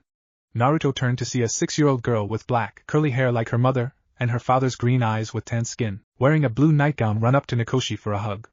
Maya-chan, Nakoshi said, what have I told you about running in the shop? Not to. The girl said innocently, and then she turned to Naruto. Hi, Naruto Naikin. Hey, Maya-chan, you look very pretty. You got your mother's looks for sure. Maya giggled. You said that already, but thank you. Nakoshi glared at Naruto as he said, hey, no courting my daughter, Naruto. I don't care if you are a ninja and my favorite customer. Naruto laughed, and then Ayaka walked inside. There you are, you little rascal. It is time for you to go to bed, young lady. Maya pouted as Nakoshi gave her to Ayaka, and the blacksmith said, well, Naruto, are you feeling a bit better now? Yeah, I am. Your daughter reminded me of my promise that I made, to free this village from the clutches of Gato. I will be back in the morning to get the gauntlet. Thanks for your time and the crossbows, Naruto said as he left. After the Jinchuriki left, Nakoshi looked at the black sword hanging on the wall and said, well, Kitami, it looks like you may have a new successor. Meanwhile, one of the thugs that was patrolling happened to see Naruto walk out of the shop and the moon's light shine to see his headband. The thug grinned a bit, and he ran back to the base to tell his boss about Nakoshi's new customer. March 26th, aka Tazuna's house. Naruto woke up to find that his team along with Tazuna left for the bridge. The Jinchuriki left the house to go straight to Nakoshi's shop and planned to join his team at the bridge. He was greeting with the sight of Nakoshi's shop trashing and heard a commotion inside. Suddenly a thug was thrown out of the window and fell unconscious. Naruto ran inside to see Nakoshi armed with a sword, fighting off thugs left and right. The boy acted by taking out a kunai from one of his hexagonal seals after he bit his thumb to wipe blood on it. He slashed the thug's back, making him arch in pain, and then Naruto kicked him out the same window his companion was thrown out of. The thugs were alerted to the new threat and attacked the Jinchuriki. I can't risk using any jutsu or my X-gloves right now to conserve my energy. If they are here, that means that Haku and Zabuza are attacking at the bridge as well, he thought to himself. Naruto ducked under a slash from a thug's sword and gave him a punch to the face to stab at his leg. He moved to the left and slashed at another's arm, but the brigand avoided it and went low for Naruto's legs. The Jinchuriki jumped and kicked the thug in the face, making him fly into the furnace, and he screamed in pain before he died burning. Just then Nakoshi fell to the ground and Naruto screamed out, Nakoshi! He slashed and stabbed furiously through the 3 remaining thugs to get to the fallen man. Are you alright? Naruto asked. Be behind you. Naruto quickly launched his kunai behind him, which lodged itself into his last adversary's throat, and Nakoshi used his remaining strength to lift his sword upward and stab the man in the chest. What happened? The thugs broke into my shop. I was able to hide Maya and Ayaka in the cellar before I was able to get my S-sword to block them. Damn bastard got me with that sneaky stab in my leg. Ugh. It seems that the years grew on me. Nakoshi coughed up blood and Naruto said, hold on, I will get you to a doctor, you will be all better. And no, Naruto, it is too late for me. No, it's not, we could get you to a hospital. Come on, stay with me, Nakoshi. You have Maya and Ayaka to think about. Nakoshi smiled. Hee. If you knew my real name, you wouldn't save me at all. What? My real name is Kazuma Murama, the Black Cross, a former Kiri ninja and former member of the 7 Shinobi Swordsmen of the Mist. So you knew Zabuza? Serenity said. He also killed a village populated with over 400 people and he slaughtered them, women, men and children. Yeah, I knew him, he was a bloodthirsty kid, so that's who Gato hired, huh? Yeah, Naruto said, crying a bit, and Nakoshi put his hand on the Jinchuriki's shoulder. Hey, don't worry about me right now, you have got to protect your friends, so I want you to take everything here, including my sword, Kitami. She will serve you well, Naruto said, but Naruto, don't question me, you are like the son that I never had. Now please grant my final request please. The Jinchuriki bowed his head and said, fine, tell Maya and Ayaka that I love them very much. I will be back to see you soon, Nakoshi said quietly. And then he closed his eyes and smiled as he drew his last breath. Naruto let out a cry of anguish and sobbed for the loss of his friend, who acted like a father figure to him for a few moments. Then all of his sadness turned to anger, and that anger turned into rage.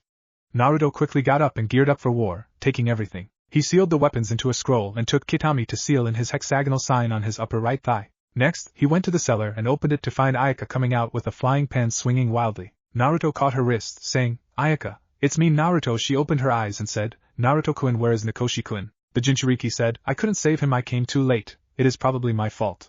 One of Gato's men must have seen me with my headband on and brought wrath upon your family. I am sorry, Ayaka-san, I am so sorry. Ayaka blinked back her tears at the loss of her husband and hugged Naruto. It's not your fault, Naruto, you see. During his last battle, Nakoshi was poisoned and the poison attacked at his muscles. He couldn't do anything strenuous such as sword fighting or use chakra at all. By doing blacksmithing, he was killing himself little by little, and the doctors told us that it was going to be his last year with us. But what about Maya-chan? Naruto said, has she been told about his condition? Yes, but she still believes that he will never die.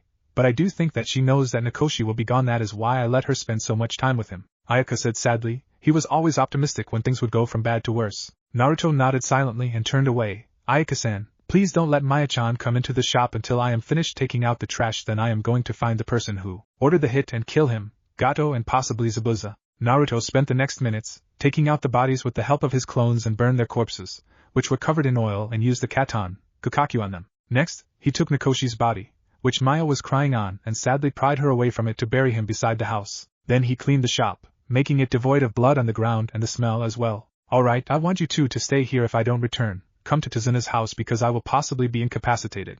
Ayaka nodded. How did he die? He died as he lived, Ayaka-san. He died with love in his heart, and a smile on his face.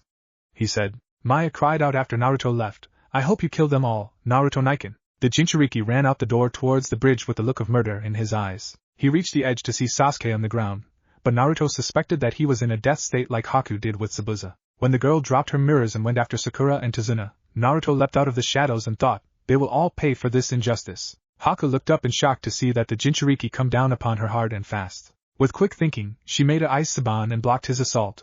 What the Naruto grabbed her arm and snapped in two, making her scream in pain. Then he kicked her in the abdomen and sent a crushing axe kick to the head, making her fall to the ground. He clambered over her back and lifted her head by the hair, raising a kunai to her neck. Who are you? Your worst nightmare if you don't answer this question in the next few seconds.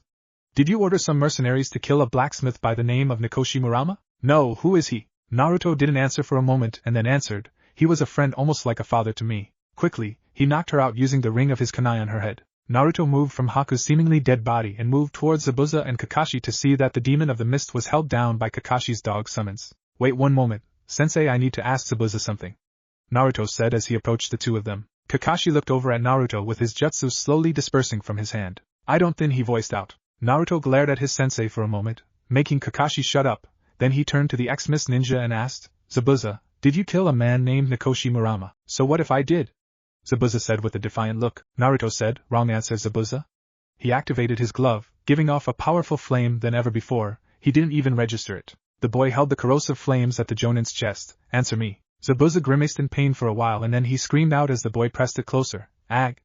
And no, I didn't. Naruto took it away from the man's chest and said, I see, so Gato is the one responsible for his death. Thank you for telling me the truth. The boy walked away only to hear laughter from the other side of the unfinished bridge. Everyone turned to see Gato standing in front of his men, which were 100 strong. Looks like you couldn't finish the job at all, huh? Don't worry, I will finish it for you, and I am afraid that I will have to kill you too, the short, pudgy man said with a laugh. Naruto said, did you kill a man named Nakoshi? Why, yes. His usefulness had ran out since that all my men were supplied with weapons. Gato said. Suddenly red chakra surrounded his body, turning his vibrant, blue eyes into burning red pools of anger. His teeth and nails grew sharper. Kakashi-sensei, release Zabuza-sen, we are going to need his services to get all of us out of this alive. He should be fine with that burn on his chest since it is second degree only. Not so fast. Gato shouted as he snapped his fingers to have his bodyguards bring out a gagged and struggling Tsunami and Inari. Naruto immediately pulled out his crossbows from his shoulder and back and asked quietly, Serenity, most possible way to kill bodyguards without hurting innocent bystanders. Left target, aim at the railing 36 degrees east. Right target, aim at the sky 89 degrees north. Naruto did so and shot the bolts. The deadly bolts hit both Zora and Waraji in their eye, allowing the prisoners to run free. The bandits tried to reclaim their prize, but were cut down by Naruto's bolts. The two got to Naruto, who took their gags off and said to them, "Go to Tazuna and Sakura. I am sure that Sasuke is awake by now. Kill them!" Gato shouted. The Jinchuriki bit his pointer finger to spread one of the hexagons to unseal a black sword that resembles a cross if you held it at the blade. "One thing, Zabuza, you kill Gato, I kill you, got it? Fei, whatever, kid." Kakashi, Naruto and Zabuza ran at the crowd, wielding their weapons. Naruto reached the crowd first and jumped in the air as he stabbed a bandit in the throat. He quickly pulled it out as he launched a blast of flames toward another in front of him. Naruto took his sword and sliced off a man's arm off to make him scream in pain until the Jinchuriki backhanded him hard across the face. Kakashi thought to himself, where did he get those weapons and who is Nakoshi? And how the hell is he killing people so easily? Zabuza hacked down 3 bandits down the middle of their waist as he thought, that kid is pissed off and that chakra is foul and appalling. Is he a Jinchuriki like Yugura? Next, Naruto impaled a bandit through the stomach with his sword and then had to move away to avoid a slash from one of the bandits. The Jinchuriki quickly rolled and bit his thumb as he reached down to his left thigh to unseal a Kaiketsu Shogue. A/N, picture the one in Ninja Assassin. As the Jinchuriki began to twirl around, the thugs that surrounded him stepped back to avoid it, and in fear. Finally the boy sent it out to stab a random thug and shouted, "Get over here!" He pulled the chain, which launched the thug forward into a clothesline move. Then he ripped out the blade downwards before he pulled it out and swung it around his head, making the thugs avoid him once again. A thug got brave and charged in with his battle axe, but Naruto dodged to the left, making the thug kill one of his own and jumped up to slice his throat. He reached his sword and pulled it out of the body, then quickly sealed the Kaiketsu Shogue in its seal while the thugs regrouped to kill the kid. "It is just one kid, how the hell does one kid kill 10 of us in 6 minutes? One of them asked. Naruto answered, "It is because I have a goal and that goal is to avenge my fallen friend, Nakoshi Murama. Your boss made the mistake of killing him, and now," he lifted Kitami as he pointed the sword at them, "all of you will die alongside with him." That sword? That is the Black Cross sword, Zabuza thought. So Kazuma, you entrusted that sword to that boy, huh? I guess that looking at him now is a lot like you. Please spare us, we will leave this village and— No, there is no escape. There is no guarantee that you will not try to harm an innocent except for one possible outcome, your deaths. You made a wife lose her husband and a daughter her father. I am acting on the will of those two and my friend will be avenged. Wait a moment. Naruto threw a kunai at the protesting thug, which lodged within his throat. The Jinchuriki placed his sword through the loop of his belt securely and took out his crossbows. He jumped in the air and shot bolts at the group, cutting them down with their dying screams lingering in the air. Nakoshi placed seals on the crossbows to reload every time I shoot a bolt. Thank you, my friend. Your sacrifice will not be in vain. Soon he had cut down over 20 thugs with the crossbows and holstered back as he knew that he ran out of ammo, then drew Kitami. He stabbed one in the chest, then kicked another with a roundhouse kick. He blocked a thug's overhand strike and punched him with his left metal cestus hand. Naruto ducked under an attack and then hacked off a bandit's head. He didn't care about the carnage and gore he was causing, he didn't care about the screams of agony surrounding him, and the only thing that he cared about at all was avenging the death of Nakoshi by killing Gato. A cut on his arm thrusted him back to reality, and Naruto decked him in the face, then took his legs from him. Between the Jonin and Naruto, the bandit's status was either dead, dismembered or running away from the bridge in sheer fear. The Jinchuriki looked at the whimpering Gato, who pleaded with the boy, "Please let me go, I won't stay in this village anymore. I can give you money, power, women, anything. Can you give back life?"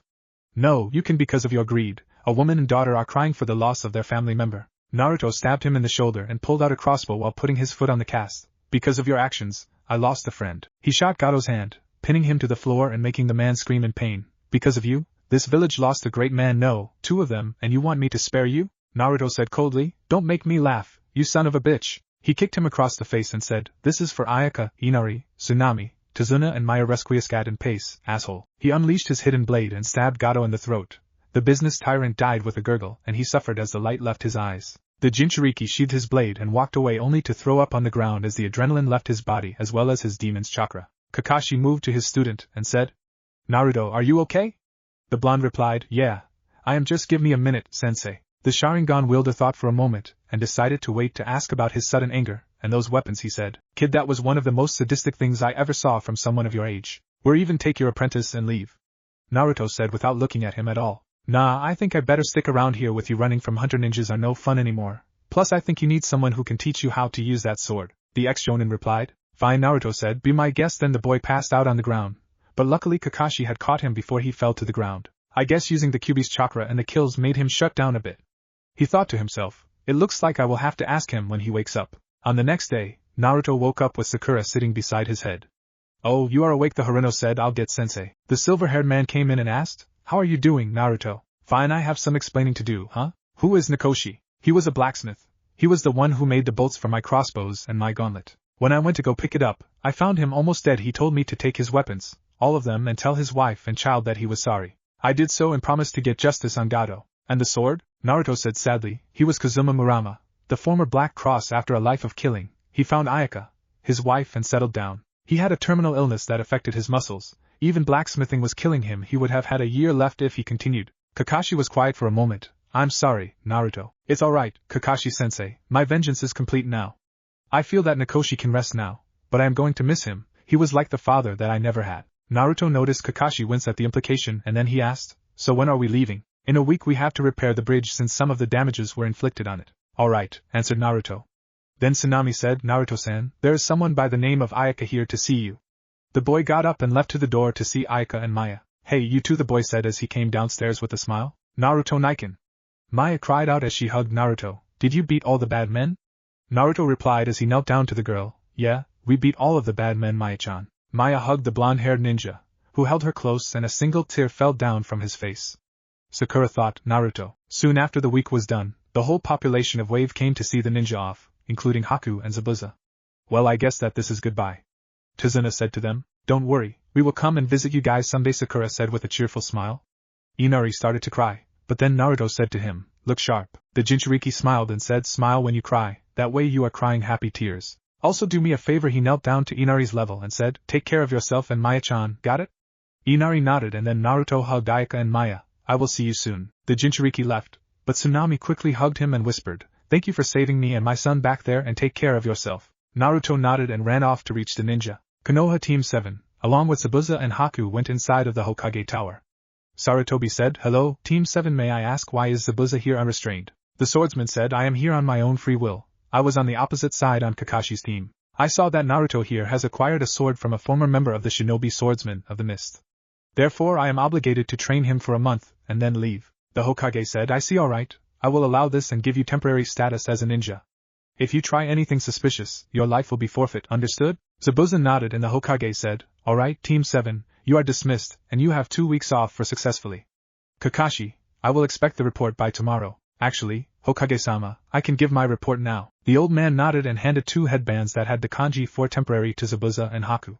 Next, he said, I have assigned your apartments in the same complex as Naruto. I trust that you will be fine with these accommodations. Both of the water ninja nodded and the Hokage said, alright, dismiss the genin including Haku and Zabuza left, leaving Kakashi and Sarutobi alone. Talk to me. Naruto is very advanced for his age. He apparently can channel the Kyuubi's chakra and convert it into a corrosive flame. He also knows basic sealing to hide his weapons, and on top of that, he has killed already. He slaughtered over 50 bandits in anger, and brutally tortured Gato for killing a blacksmith named Nakoshi Murama. Kakashi said, I am not surprised by that. If it were Sasuke or Sakura, then I would be. But he does have the Kyuubi's chakra in his body to use. Did he react to it? He threw up like every ninja does before their first kill. He was a bit shaken up about it until the daughter and widow of Nakoshi came to him. Alright, anything else? Yes, Sasuke has also unlocked his Sharingan during his battle with Hakusen. But that is basically all that happened. After their break, I plan on training them, all of them, to the best of their ability. The Jonin said to the old man. Very well, you are dismissed, Kakashi. Naruto, I have 2 weeks to spare before training with Zabuza. He thought. You can change your blood type now, Master Naruto.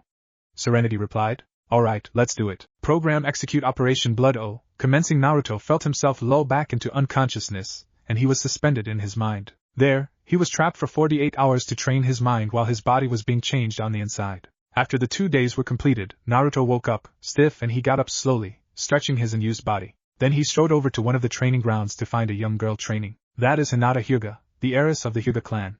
What is she doing here this late? He thought, it is 10 o'clock at night. He walked over to see Hinata striking at a log with a metal sheet covered over it. You know, it is a bit dangerous for a young lady such as yourself to be out here this late. She jumped and hid behind the log a bit, and Naruto-kun. Hello, Hinata-chan, I see that you're getting some extra training in, huh? Hi, but what are you doing here? And Naruto-kun. Same as you, training?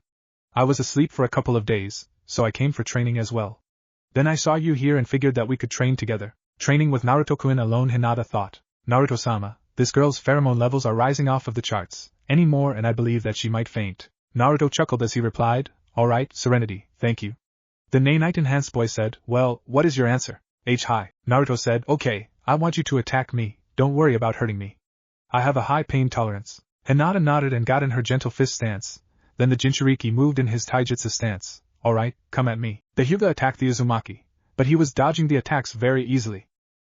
Her style seems too stiff, much like her clan. She is more of a flexible person. Serenity. Check for fighting styles that require flexibility. Searching, there are exactly 6 styles that fits with her flexibility. There is Bakwazhang, Chin-Na, Goju-Ryu Karate, Hapkido, Kashijutsu and Aikijujutsu. Can you upload the basics, so I can teach her a bit? Uploading basics. Upload complete. Naruto looked at Hinata and said, Hinata, are you having problems with adapting to your clan taijutsu style? The girl looked at him and averted her eyes from his blue ones. You are, aren't you? Didn't you talk to your father or something? Surely he would try to help you, right? Again, she said nothing and Naruto said, Hinata, look at me. He took her chin and lifted her head. Why didn't you ask for help? And my family doesn't tolerate weakness or anything at all. I couldn't ask anyone for. That is it, the Jinchuriki interrupted. I am going to help you. I know some styles that you can work within your family style as well as utilizing your flexibility. Now come and watch me. No buts, got it? Now I want you to stand beside me and copy my movements. This style is very old. It's called Bakwazhang. Hinata got up and copied his movements, then spent the next 2 hours using that style against Naruto. Soon both were tired and Naruto said, come on, I'd better get you home before someone thinks you have been kidnapped or something. The heiress nodded and the 2 genin walked together to her home. They reached their destination and Hinata bowed to her crush. Thanks for helping me, and Naruto-kun. Naruto smiled at her. Anytime if you want, I can help you train again at this time. Hinata smiled. I would like that a lot. Alright, I will see you tomorrow night. Naruto leapt into the night as Hinata snuck into her room and went off to bed. Alright, kid, I am going to train you in the art of swordsmanship as a favor to Kazuma-san. First lesson, the sword is not considered a tool or a weapon, but an extension of yourself. Where it goes, you follow. Now are you left-handed or right-handed? Zabuza asked. Naruto answered, I am ambidextrous, but predominantly my right. Zabuza nodded and turned to his surrogate daughter, Haku. Bring the arm and leg weights. Hi, Zabuza-sama. And I told you it is not Zabuza-sama anymore. It is Zabuza-san now, since I consider you my daughter. The fight against Gato made the man realize that Haku was very precious to him despite what he boasts to Kakashi back on the bridge in Wave. The ice user brought the weights and put them onto Naruto's legs and arms, and then the temporary Jonin instructed, now put some chakra into the weights until they feel heavy. Naruto did so, and 5 minutes later, his arms and legs felt heavier than usual. He looked at them to see the number 15 on them, and he deduced that was how much pounds he was wearing.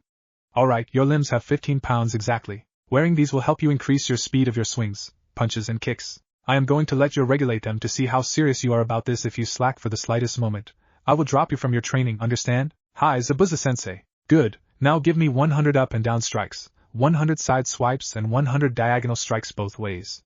If you mess up, we will start again. Go. Naruto began his weighted training with his right hand and left hand separately, and then switched to 2-handed strikes. At the end of his strike training, his arms were searing in pain. It even hurt to move any of his fingers. Now we will work on your agility. You have good reflexes on par for a Chunin level ninja, but you will encounter people your age with the strength of a Jonin. So Haku here will be throwing her Senbon at you for the next 30 minutes. Wait a minute. Go! Naruto began to dodge her attack, but he was pierced by several Senbon in the process. The number happened to reach to 40, and the Jinchuriki soon found out that the number of Senbon that pierced his body was equal to the number of how many laps he had to do around the training ground. Needless to say, today from 8 a.m. to 12 p.m., Naruto's body ached. 2 hours later, his innate healing ability that he inherited from the Kyuubi dulled the pain, making the genin able to do his ninjutsu training and work on mastering his arsenal of C-rank jutsu until he reached his limit in 3 hours. Next, he ate and slept after he drew up ideas and plans for his new projects until 10 o'clock came around. He would venture to the same training ground to help train Hinata in some styles such as Chin-Na, a style that focuses on the joints and locking them in uncomfortable places. Naruto was able to help Hinata incorporate some of the style as well as Bakwazhang, making her own style unique to her. It was a counterattack/defensive style. Anytime Naruto attacked, she would counter or use his own attack against him. Hinata once commented that Naruto's speed was much like her cousin, Niji, and she slowly adjusted to it. This was his routine over the 2 weeks. After the last day of his vacation, he went out in the forest and landed on a branch to see a small mansion guarded by ANBU and medical ninja. Henge, Naruto said as he transformed into a mouse and quickly scurried across the path past the ANBU and medical corps. Soon he reached the mansion and crawled through the cracks to find himself in Yakumo's room. He released his henge and crept over to her bed to cover her mouth, making her eyes snap open and look at him in fear. Naruto put a finger to his lips and whispered, "Don't scream. I am a friend now. I am going to help you. Yakumo Kurama, if you promise to hear me out, will you be silent?" Yakumo nodded and Naruto lifted his hand away as she whispered, "Who are you?" "I'm Naruto Uzumaki. I heard that your power was wrongfully sealed by the order of the third Hokage. Plus I know that you are physically incapable of being an active ninja, but I will help you in this too. Yakumo's face changed from anger to sorrow to hope. How did you find me? I have a friend in high places. Now I must tell you the true reason why your powers were sealed. You see, your powers were so great that it created a second personality in your brain. Now that personality is basically the opposite of you and could take over you at any given moment. The first time was when it killed your parents. Yakumo was shocked. I killed my own parents. No, the monster hidden within you took over your body and did it. That is why your teacher, Kurina Yuhi, sealed your powers to make sure that others and yourself would not get hurt at all. They dubbed it as the Edo monster, but I will need your help since you are the only one who can defeat it. Alright, ninja style. Treasured mind, Naruto said as he held his hand to Yakumo's head, and instantly he appeared beside Yakumo and said, ready? The genjutsu user nodded and the two ventured into Yakumo's mind to find the Edo eating parts of her mind. Wow, you are an ugly fellow, aren't you? Naruto commented, and the Edo said, so you have come, master? You are going back to where you belong out of here. Yakumo said in a stern glare. The Edo narrowed its eyes at Naruto as it said, it seems that you let that boy corrupt you with his lies and empty promises. Don't worry, master, I will subdue him and make you see the truth. The Edo attacked Naruto, who dodged its attack and grabbed its long ears to pull downwards to meet his knee. Yakumo, now would be a really good time to banish this dark side of you before I get killed. Naruto said as he dodged most of the Edo's attacks. What if it's right? It's not. I can relate to you because the third Hokage ordered seals to be placed on me when I was a child without my knowledge. Do you know about the Kyubi no Kitsune? Yakumo replied. How can I not? Most of my clan was destroyed by it. Naruto grunted. The thing is that the Kyubi wasn't killed, it was sealed within me. We both have a cursed power, but right now, you have the power to control it fully without any repercussions, and as for me, helping your body to become strong, the answer lies within my blood. Now try to think of a way to destroy it. Yakumo replied. The Kyubi was sealed within you. That means you have had a harder life than I have. But why are you so adamant on helping me? Naruto reached a standstill against the terrible Edo by grabbing its arms inches from his head. Because you remind me of myself feeling useless, alone, unappreciated. That is why I am going to help you. Yakumo thought for a moment, and a scalpel appeared in her hand. Then the genjutsu user leaped into the air to stab the Edo in its head. But I did it to serve you. The Edo exploded into a purple haze while giving one last screech before dissipating. Cutting that a bit close, aren't you? Naruto said, panting while Yakumo gave him a sheepish smile. The two appeared back to their real world and Yakumo whispered, so how are you going to do this? Naruto pulled out a syringe filled with blood, but it was glistening a bit. This is filled with my blood, which accidentally came in contact with nanites. The vast amounts should destroy any traces of the Edo and help regulate your genjutsu power. You may even be able to do a few ninjutsu. If you hear a voice in your head, don't worry, it is all natural and in a few days, you will be and feel different. Yakumo said, will I ever see you again? Naruto thought about it for a minute and said, I don't know when you get better, maybe I will get the privilege of seeing you again, so until I will see you later. Yakumo Kurama, student of Kurinai Yuhi. He injected his blood within her body and then he left, transforming into a squirrel this time around, leaving Yakumo's fate up to his injected nanites. Soon he was on duty once again with his team, and then Zabuza and Haku left to go to Kirigakure, hearing word that Yagura was dead and a new leader was established. The ex-jonin left his temporary student a scroll holding Suetun, Suru, Daibakufu and Suryudan no Jutsu. Sasuke felt a bit jealous of Naruto getting training from him, but he didn't voice it since he noticed that he was the one that Kakashi was mostly focusing on at the time due to his Sharingan. Team 7 did only D-rank missions, now that there was the possibility of the clients lying about the mission to be cheap. Suddenly on one day, there was a hawk that appeared in the sky, causing Kakashi to leave early. Sasuke went to train, expecting Sakura to ask him on a date, but he noticed that she was talking to Naruto. He didn't know why, but it bothered him for the longest while and he couldn't take it anymore. Alright, who are you? Sasuke asked. Huh?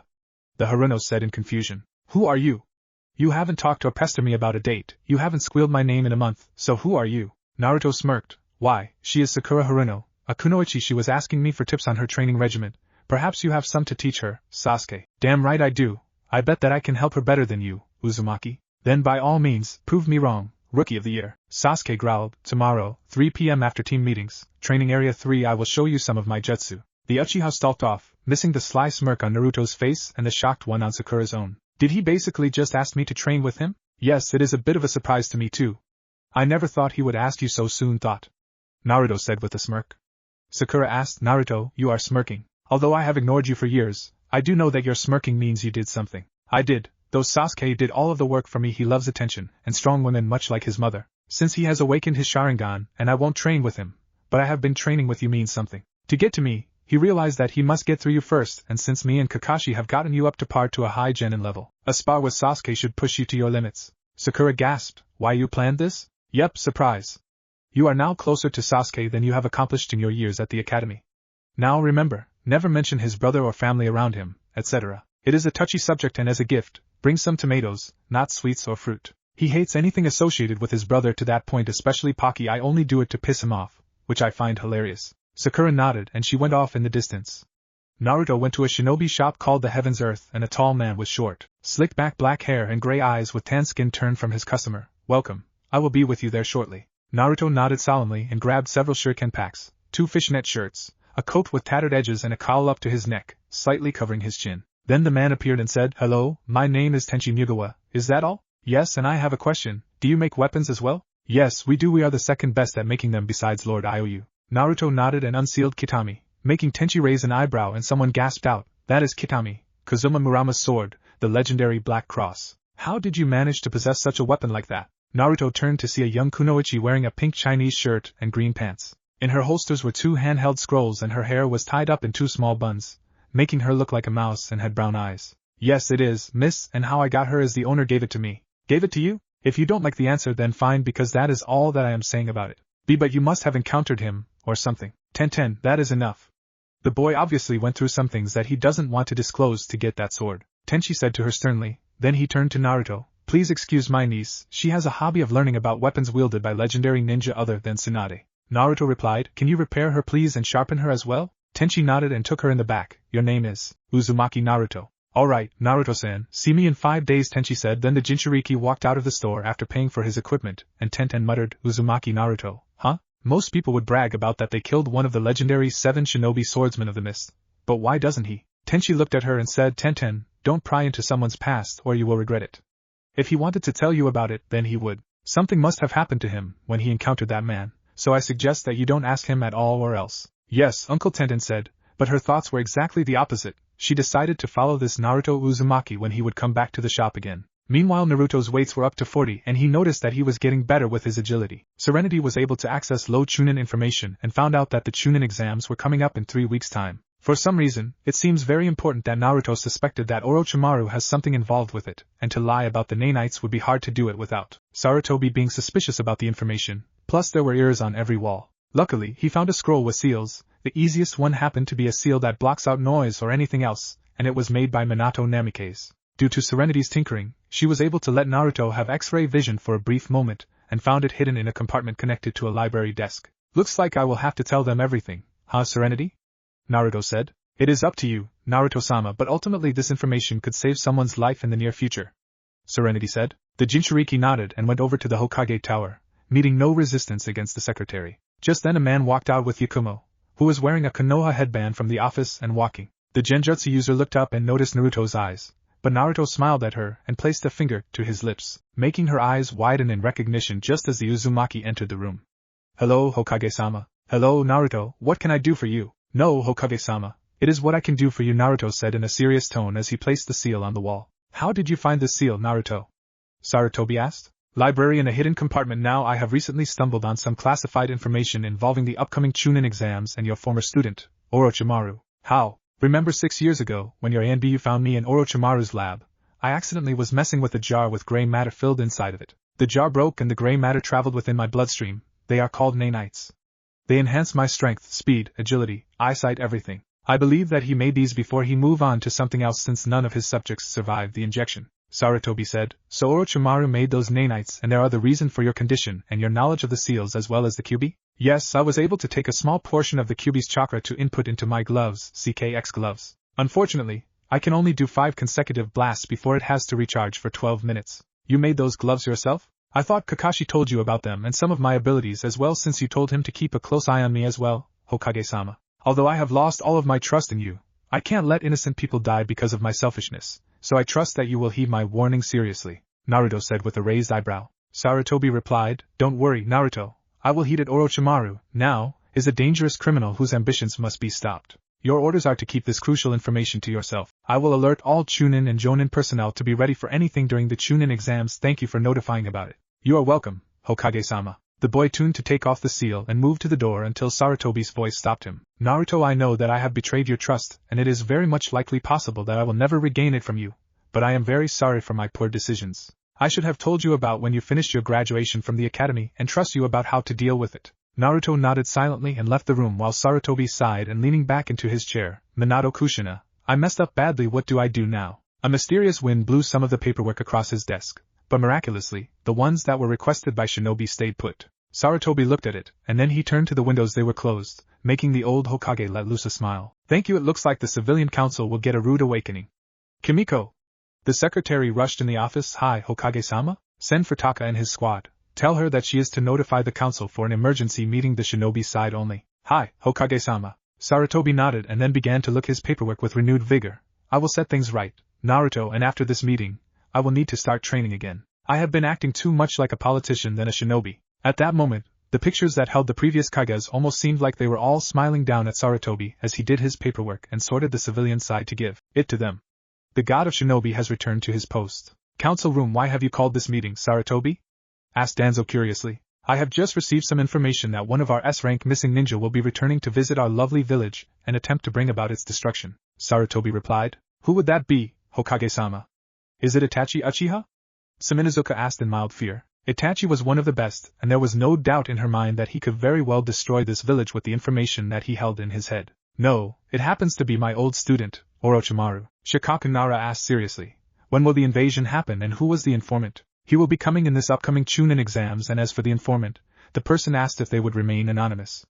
The professor answered. Then he thought, like hell, I am going to let you know about Naruto and his newfound powers, Danzo.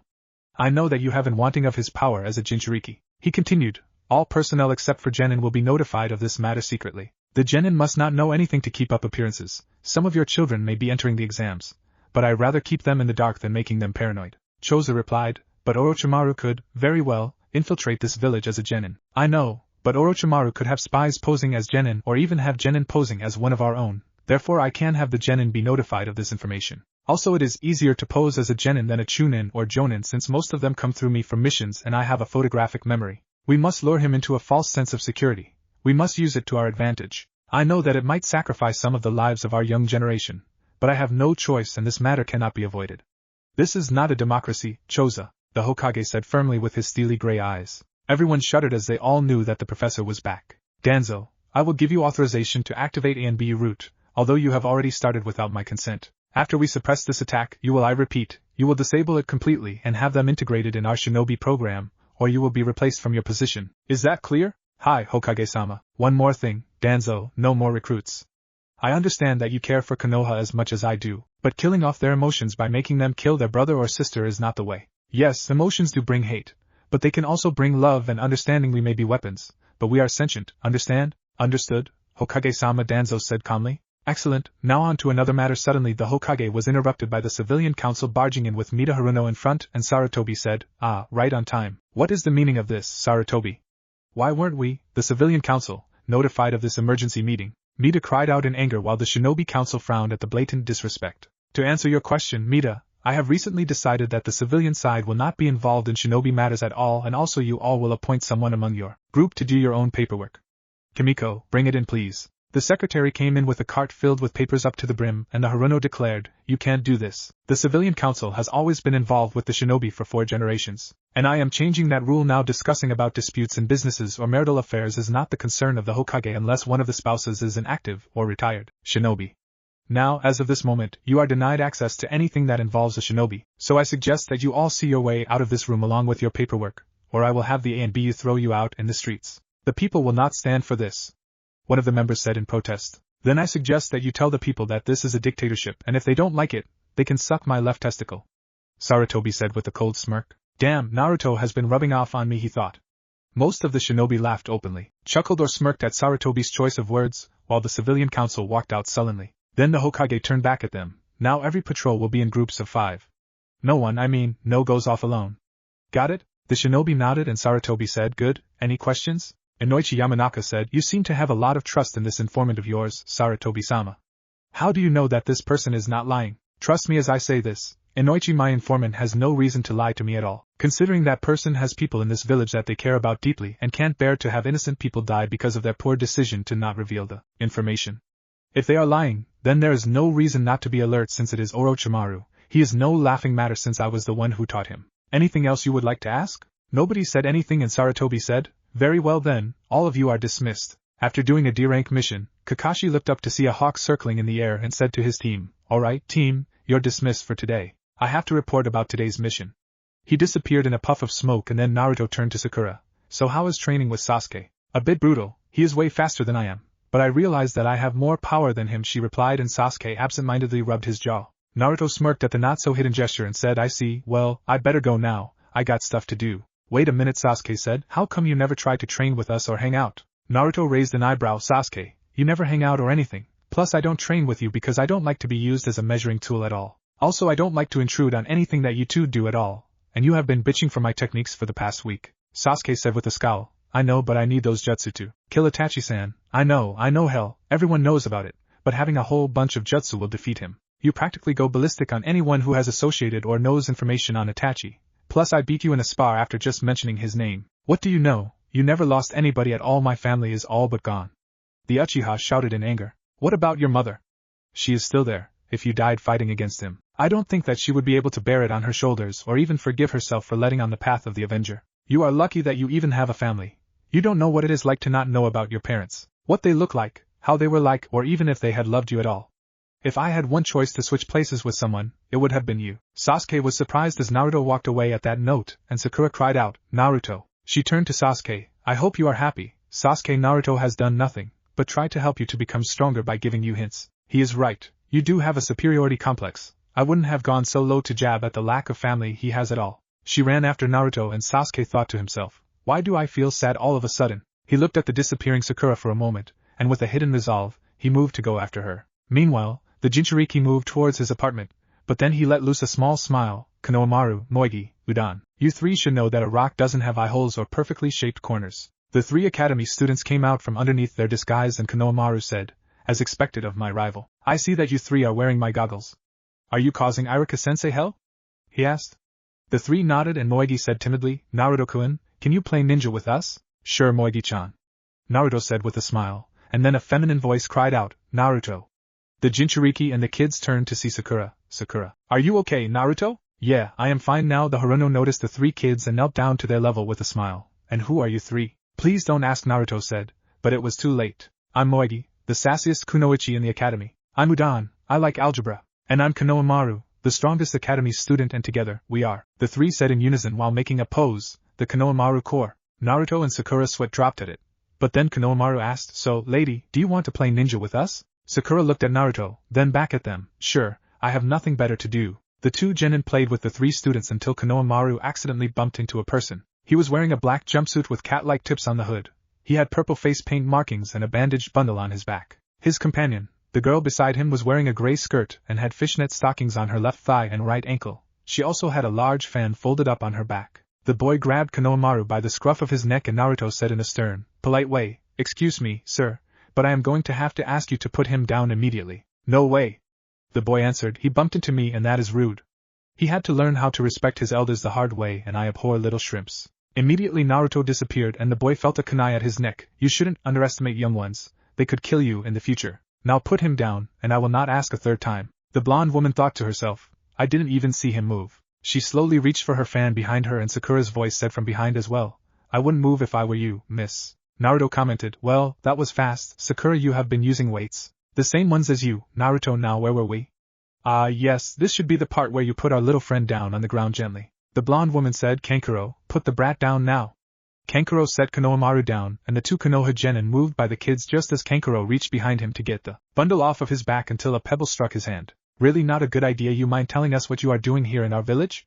A person asked and Sakura said, Sasuke. Kankuro muttered out loud, nothing in this village but shrimps and squirrels, huh? Naruto replied, I suggest you shouldn't do anything stupid, Kankuro-san. Your teammate in that tree reeks of bloodlust, meaning he is not particularly happy with your hostility. Kankuro and his blonde companion's eyes widened with fear as they looked to see a red-haired genin with green eyes and black bags around his eyelids, standing upside down with his arms crossed and a gourd on his back. Kankuro, stop this, you are an embarrassment to our village. Be but Gaara. Shut up or I will kill you, Gaara said in monotone. Kankuro flinched and replied, you are right, I was out of line. The blonde apologized. We are sorry, Gaara, really sorry. Sasuke thought. So he is the leader, he must be very powerful to have those two quaking in fear and has stealth rivaling Kakashi-sensei's own, but how did Naruto sense him at all? Gaara did as soon as Shunshin and appeared between his group. Kankuro, Temari, come on, we are leaving now. Sakura said, wait. No, Sakura, let them go, they are here for the Chunin exams. Naruto said to her, Chunin exams? She asked. One of the two possible ways to get promoted from genin to chunin, you must show strategy, leadership and dedication by participating in a series of tests along with fighting different opponents from the ninja villages in the continent. Naruto stated. Temari smirked as she thought, wow, cute and smart. Sasuke asked as he jumped down, how do you know about this, Naruto? Library, and the reason you two never knew about it is because Kakashi-sensei never bothered to tell us. I'm guessing that he might put us in the exams to test us as well as get out of his hair for a while. Gaara glanced at the two boys as he thought, it takes skill to hit Kankuro without him detecting it, and to get behind both of my siblings is even harder as well. Gaara spoke up suddenly, you three, what are your names?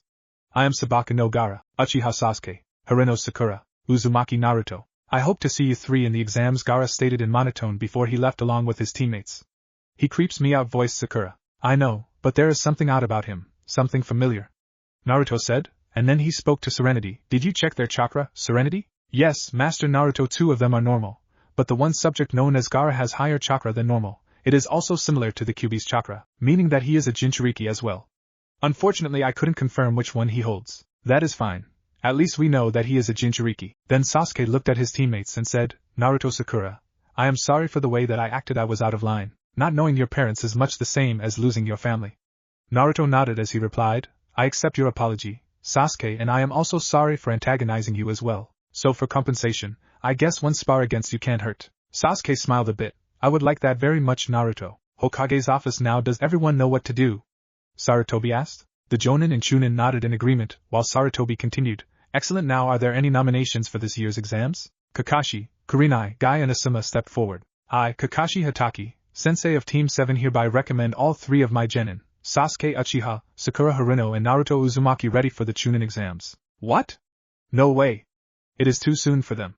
Iruka thought to himself in shock. I, Kurenai Yuhi, Sensei of Team 8, consisting of Hinata Hyuga, Shino Abirame and Kiba Inuzuka, recommend all three of my genin ready for the Chunin exams. I, Might Guy, the youthful Sensei of Team 9, Niji Hyuga, Tenten Mugawa and Rock Lee, ready for the Chunin exams. I, Asuma Sarutobi, leader of Team 10, consisting of Ino Yamanaka, Shikamaru Nara and Choji Akimichi, ready for the Chunin exams as well. Iruka cried out, Lord Hokage, if I may speak, some of the genin that were mentioned used to be my students. I believe that it is too soon for them to be put in this exam. It is much too dangerous, especially with the known events that will occur during them. Hiruzen replied firmly, I understand your concerns, Iruka, but it is not your decision to make. I may sound cold and uncaring, but some of the genin do need a wake-up call, some more than others. This is a perfect way to show it by putting them in the exams, and I know it is dangerous with Orochimaru and his spies lurking about in the exams, but we must keep up appearances. He turned to the jonin before him. See me after the debriefing, so I can give you your slips. You are to notify your genin to report to the academy in room 315 for the first phase with their science slip. Hi, Hokage-sama. The next day, Team 7 appeared for their meeting only for Kakashi to appear late again and gave them their slips to the Chunin exams. Elsewhere in the training grounds, a girl's voice was heard. Hey, did you hear? Kakashi's team is going to appear in the Chunin exams. No way, the Sharingan no Kakashi, they must be quite powerful then. In the end, fate will dictate that we will be the victor. After Kakashi gave them the slips, Naruto moved to Tenchi's shop and the scarred man looked over to him. Ah, Uzumaki-san, you are early today. Hold on for 1 second. Tenchi went in the back and Naruto took the time to window shop. He was already stocked on his primary weapons as well as his ninja tools and portable traps.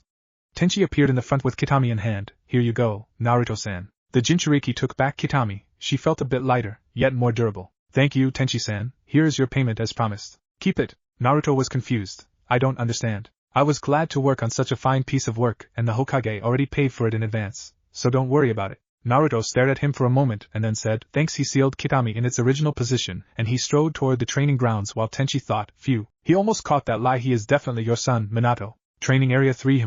I wonder, Naruto said as he unsealed Kitami and sent chakra into the blade. The black sword was lit ablaze with blue chakra. Yep, he used a bit of chakra conducting metal. Looks like I can use it to send chakra out in an arc, or the destructive one for that matter. I will need to delve in my mind again to collect some again. The Jinchuriki thought, but first. The blonde ninja quickly grabbed his kunai out of his holster and threw at the tree left of him. Come on out, Tenten. Was it? Tenten appeared behind the tree and said, how did you know that it was me? I never forget a chakra signature after I sense it. I know the reason that you are following me, and I am not going to disclose my personal business all because you recognize this weapon. But why not?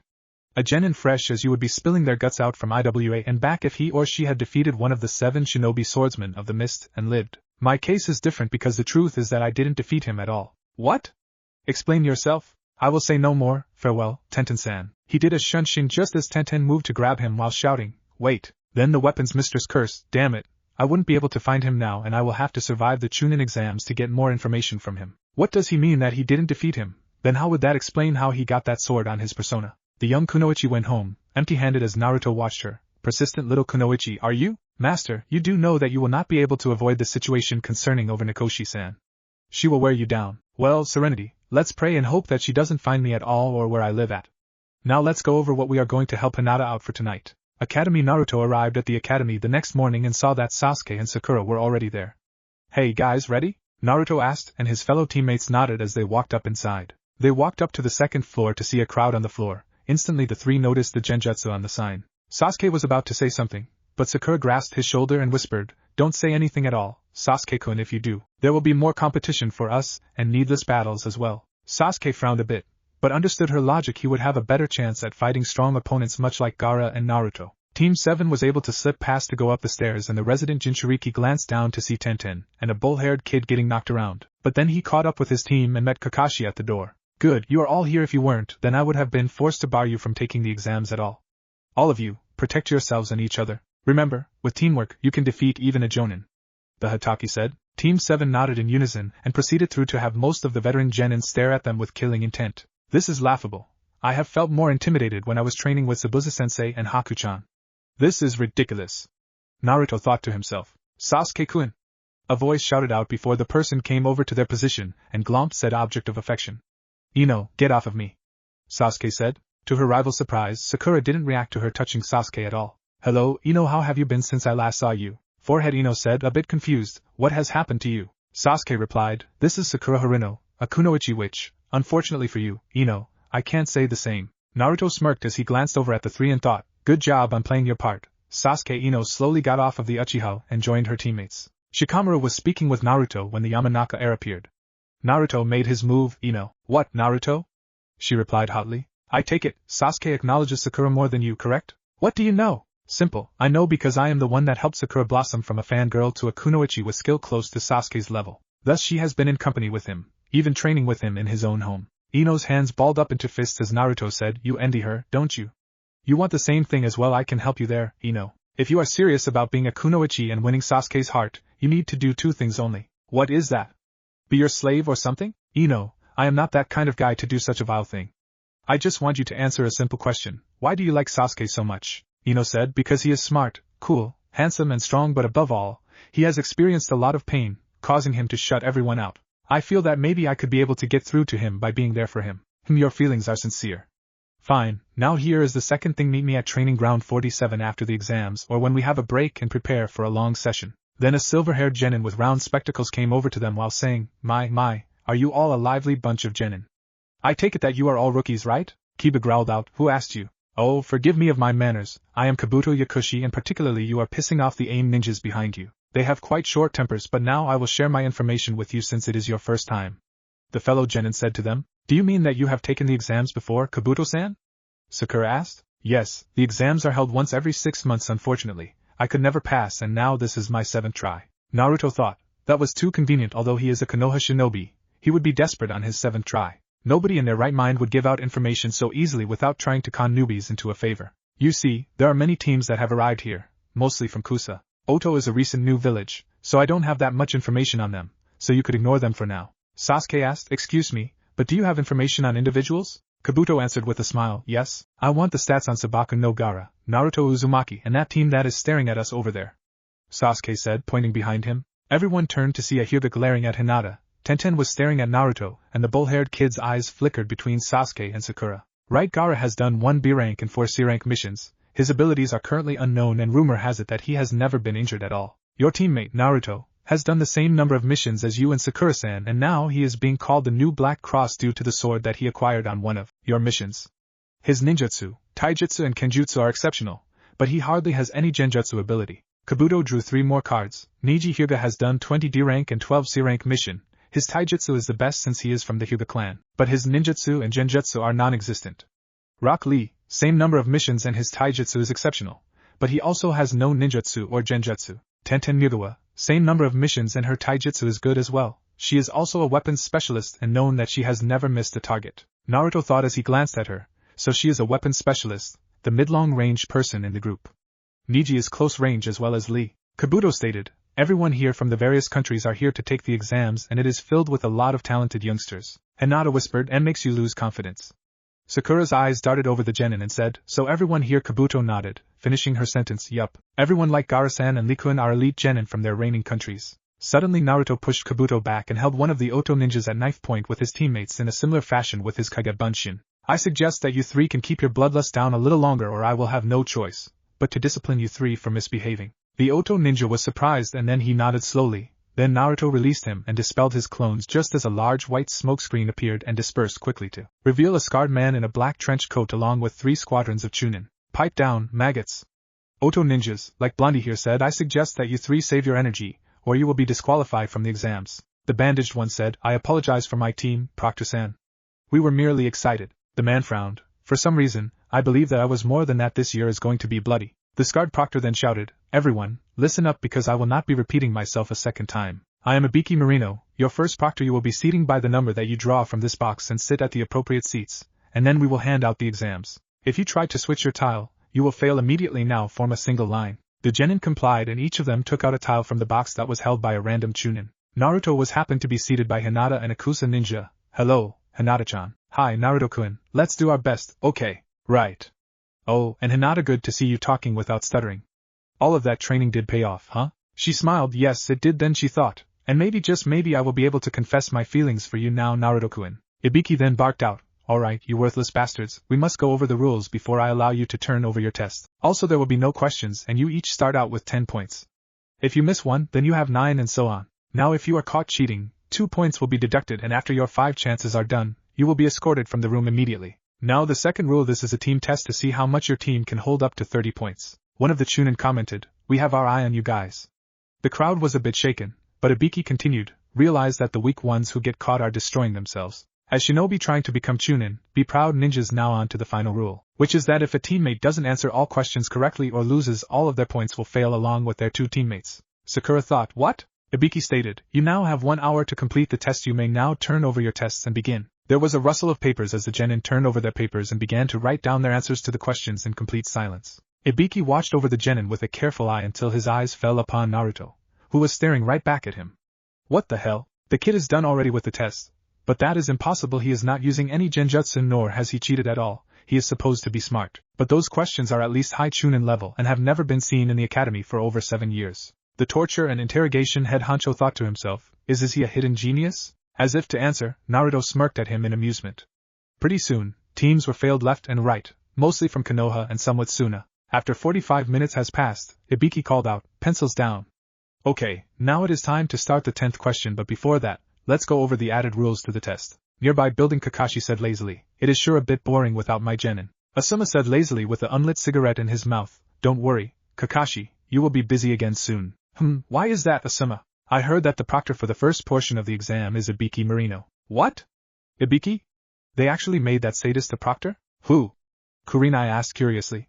Oh, sorry, Kurenai, I forgot that you were recently promoted to Jonin a few years back. You see, Ibiki Marino is one of our best interrogators and prefers the mental approach. When dealing with him, he uses simple words and scenarios to make you torture yourself, Asuma explained. Back to the testing room 315, Ibiki stated, first, you must decide whether to take the question or not. Sasuke thought to himself, take the question or not? What does he mean by that? Temari asked, choose? Then what happens if we decide not to take it? Ibiki said as he chuckled lightly, well, now that is simple really. If you decide not to take it, then your points will be reduced to 0, and you will fail along with your 2 teammates. A random genin shouted, then what the hell is that supposed to mean? Of course, we will take the final question. Ibiki gave him a sadistic smirk. Which brings us to our last rule. If you take the 10th question and just so happen to get your answer wrong, then that unfortunate genin will never be able to take this exam ever again. Kiba shouted with an accusing finger pointing at Ibiki, that is not fair. There are guys here that have taken this exam before. You don't have the power. Ibiki laughed at him, you guys are unlucky this year. It is my rules and my rules are law until you walk out of this room with the next proctor, but fear not, for I am giving you a way out. If you quit right now, you will have the ability to try again next year. Now let's begin the final question, but first, who wants to give up? Soon various genin began to quit due to the pressure, and when the room was almost completely empty, Ibiki asked, anyone else want to quit? No one raised their hand or stood up. Then Ibiki thought, fine, then it is time to give them the final verdict and the shock of their lives. For those of you left over, you all have passed the first test. A collective what was heard throughout the room, and then Sakura asked, But what about the 10th question? Ibiki smiled at her. The 10th question was basically the choice to take it or not. Tamari shot out her question. Then what about the other 9? What was their purpose? Those questions were made for Chunin to answer, thus you genin couldn't answer them unless you were extremely smart. For the rest, it forced you to realize that the only way for you to pass was to cheat. We had 2 or more Chunin disguised as genin with the correct answer stationed nearby, and those who were caught by cheating poorly were escorted out, as you know. The torture and interrogation leader untied his Konoha bandana to display his bald, scarred head obscured with various screw holes and old burns. Because at times, information is more important than life and people will risk everything to get it. Sasuke thought to himself,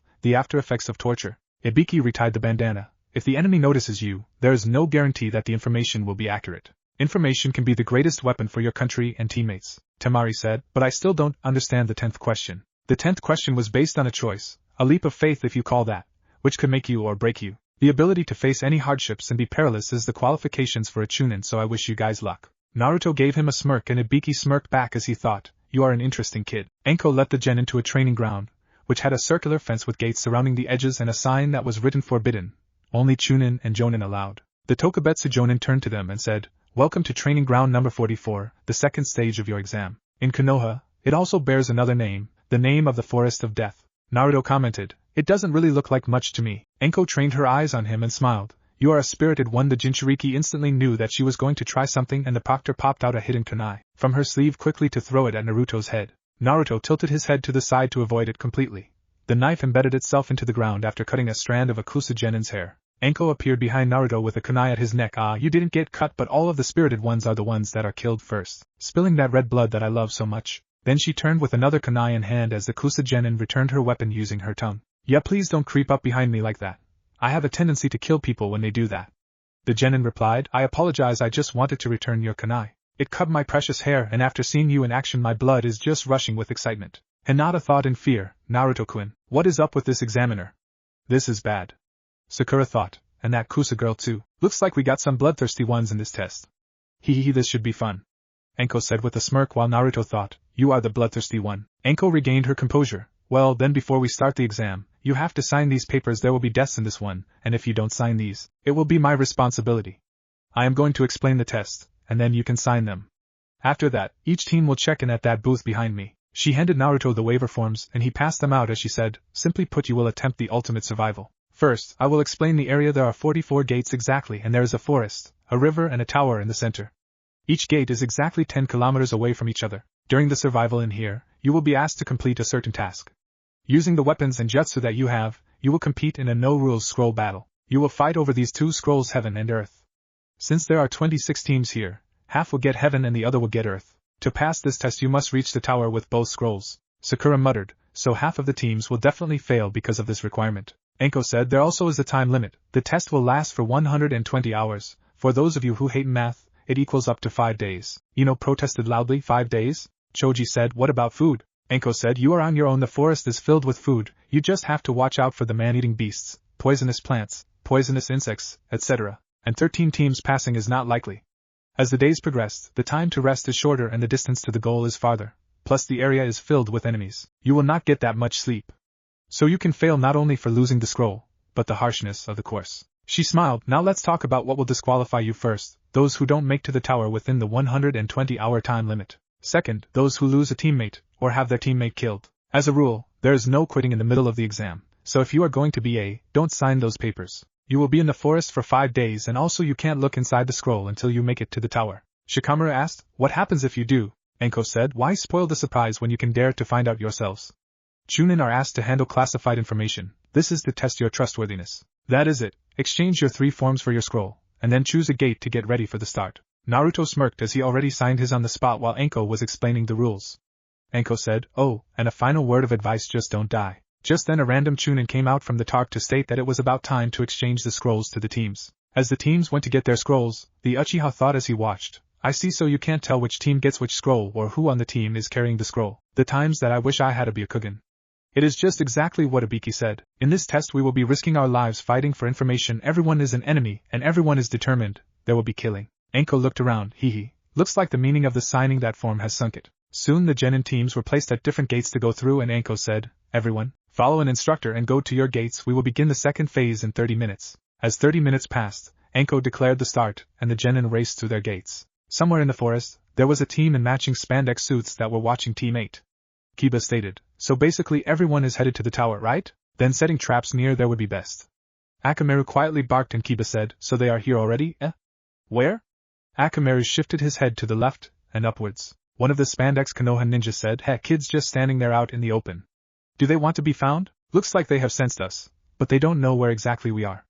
Abruptly he started to shiver and one of his teammates said, hey, what's wrong? You are turning blue. Then he noticed something out of the back of his shirt. What the hell is that? Suddenly giant leeches dropped from the canopy and fell to the ground. Konoha jumping leeches will sense all life forms and attack in a group. 5 minutes of sucking and you will be shipped off to the next world. Realizing that and setting traps where the enemy might escape to. One down. Suddenly the trap that the Konoha group was under activated and they screamed loud. Enko heard them and commented, well, looks like they started already. Team 7 okay, now who is holding the scroll? Naruto asked. Sakura answered logically, it should be the middleman in terms of strength. Here in Konoha, it is established that Sasuke-kun here is the strongest out of our group, therefore underestimating you, Naruto. You should hold on to the scroll while Sasuke holds a decoy, just in case something happens. She turned to Sasuke, do you agree with this plan?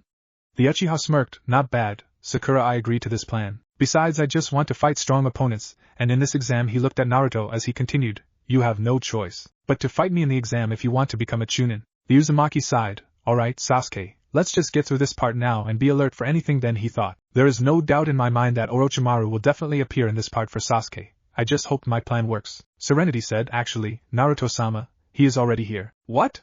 When? That Kusa-genin that returned Enko-san's kunai confirms that it was Orochimaru by a chance of 78%. I will take that chance, how couldn't I have noticed that factor? So it is that Kusa team we have to watch out for. But no doubt that display earlier will make Sakura and Sasuke wary of him. As they ran through the forest, now what is the plan? Sakura asked. Simple, we find a team, take their scroll and get to the tower easy enough. Sasuke said and Naruto glanced at him, you just happened to glance at which team has which kind of scroll. No, I called in a favor from Hinata. She used her Bikugan and told me that she found 2 AIM teams who had the Earth scroll we need and 4 Konoha teams who had Heaven before she was caught. What did you give her in exchange? Sasuke smirked, some information on her cousin. In reality, it was Naruto's likes and dislikes that he gave to Hinata, and Naruto commented, good thinking. Sasuke then he tensed up and whispered to his teammates, heads up, we are not alone. Suddenly shuriken and saban were thrown at the 3 teammates, who scattered about momentarily to see that it was an AIM team. Sakura looked over at Sasuke for confirmation and saw him give her the slightest nods. Naruto activated his gloves while the leader of the AIM team spoke up, I hope you don't mind us taking your scroll, kids. Sakura retorted casually, you mind giving us a name, Aji-san? Then she thought to herself, Naruto must have rubbed off of me. I am called Shigeru. These are my teammates, Bide and Midar. You will pay for your insolence, little girl, he shouted as he threw up his umbrella, then flipped through hand signs, Ninpo, Joro Saban, Doton, Dorodoma.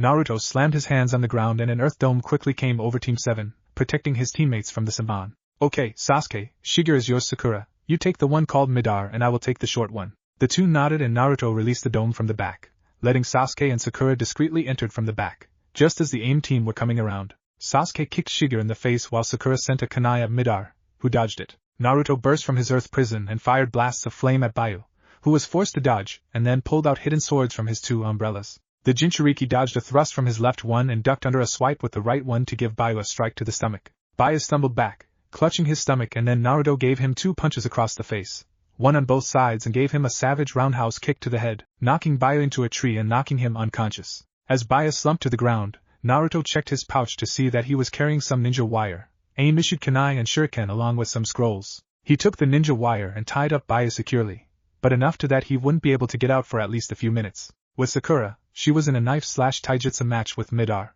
She blocked a swipe at her midsection and then returned the favor with a well-placed kick to the chest. She sprang at him to stab his arm, but the AIM mean sent his feet up in the air, catching her chin.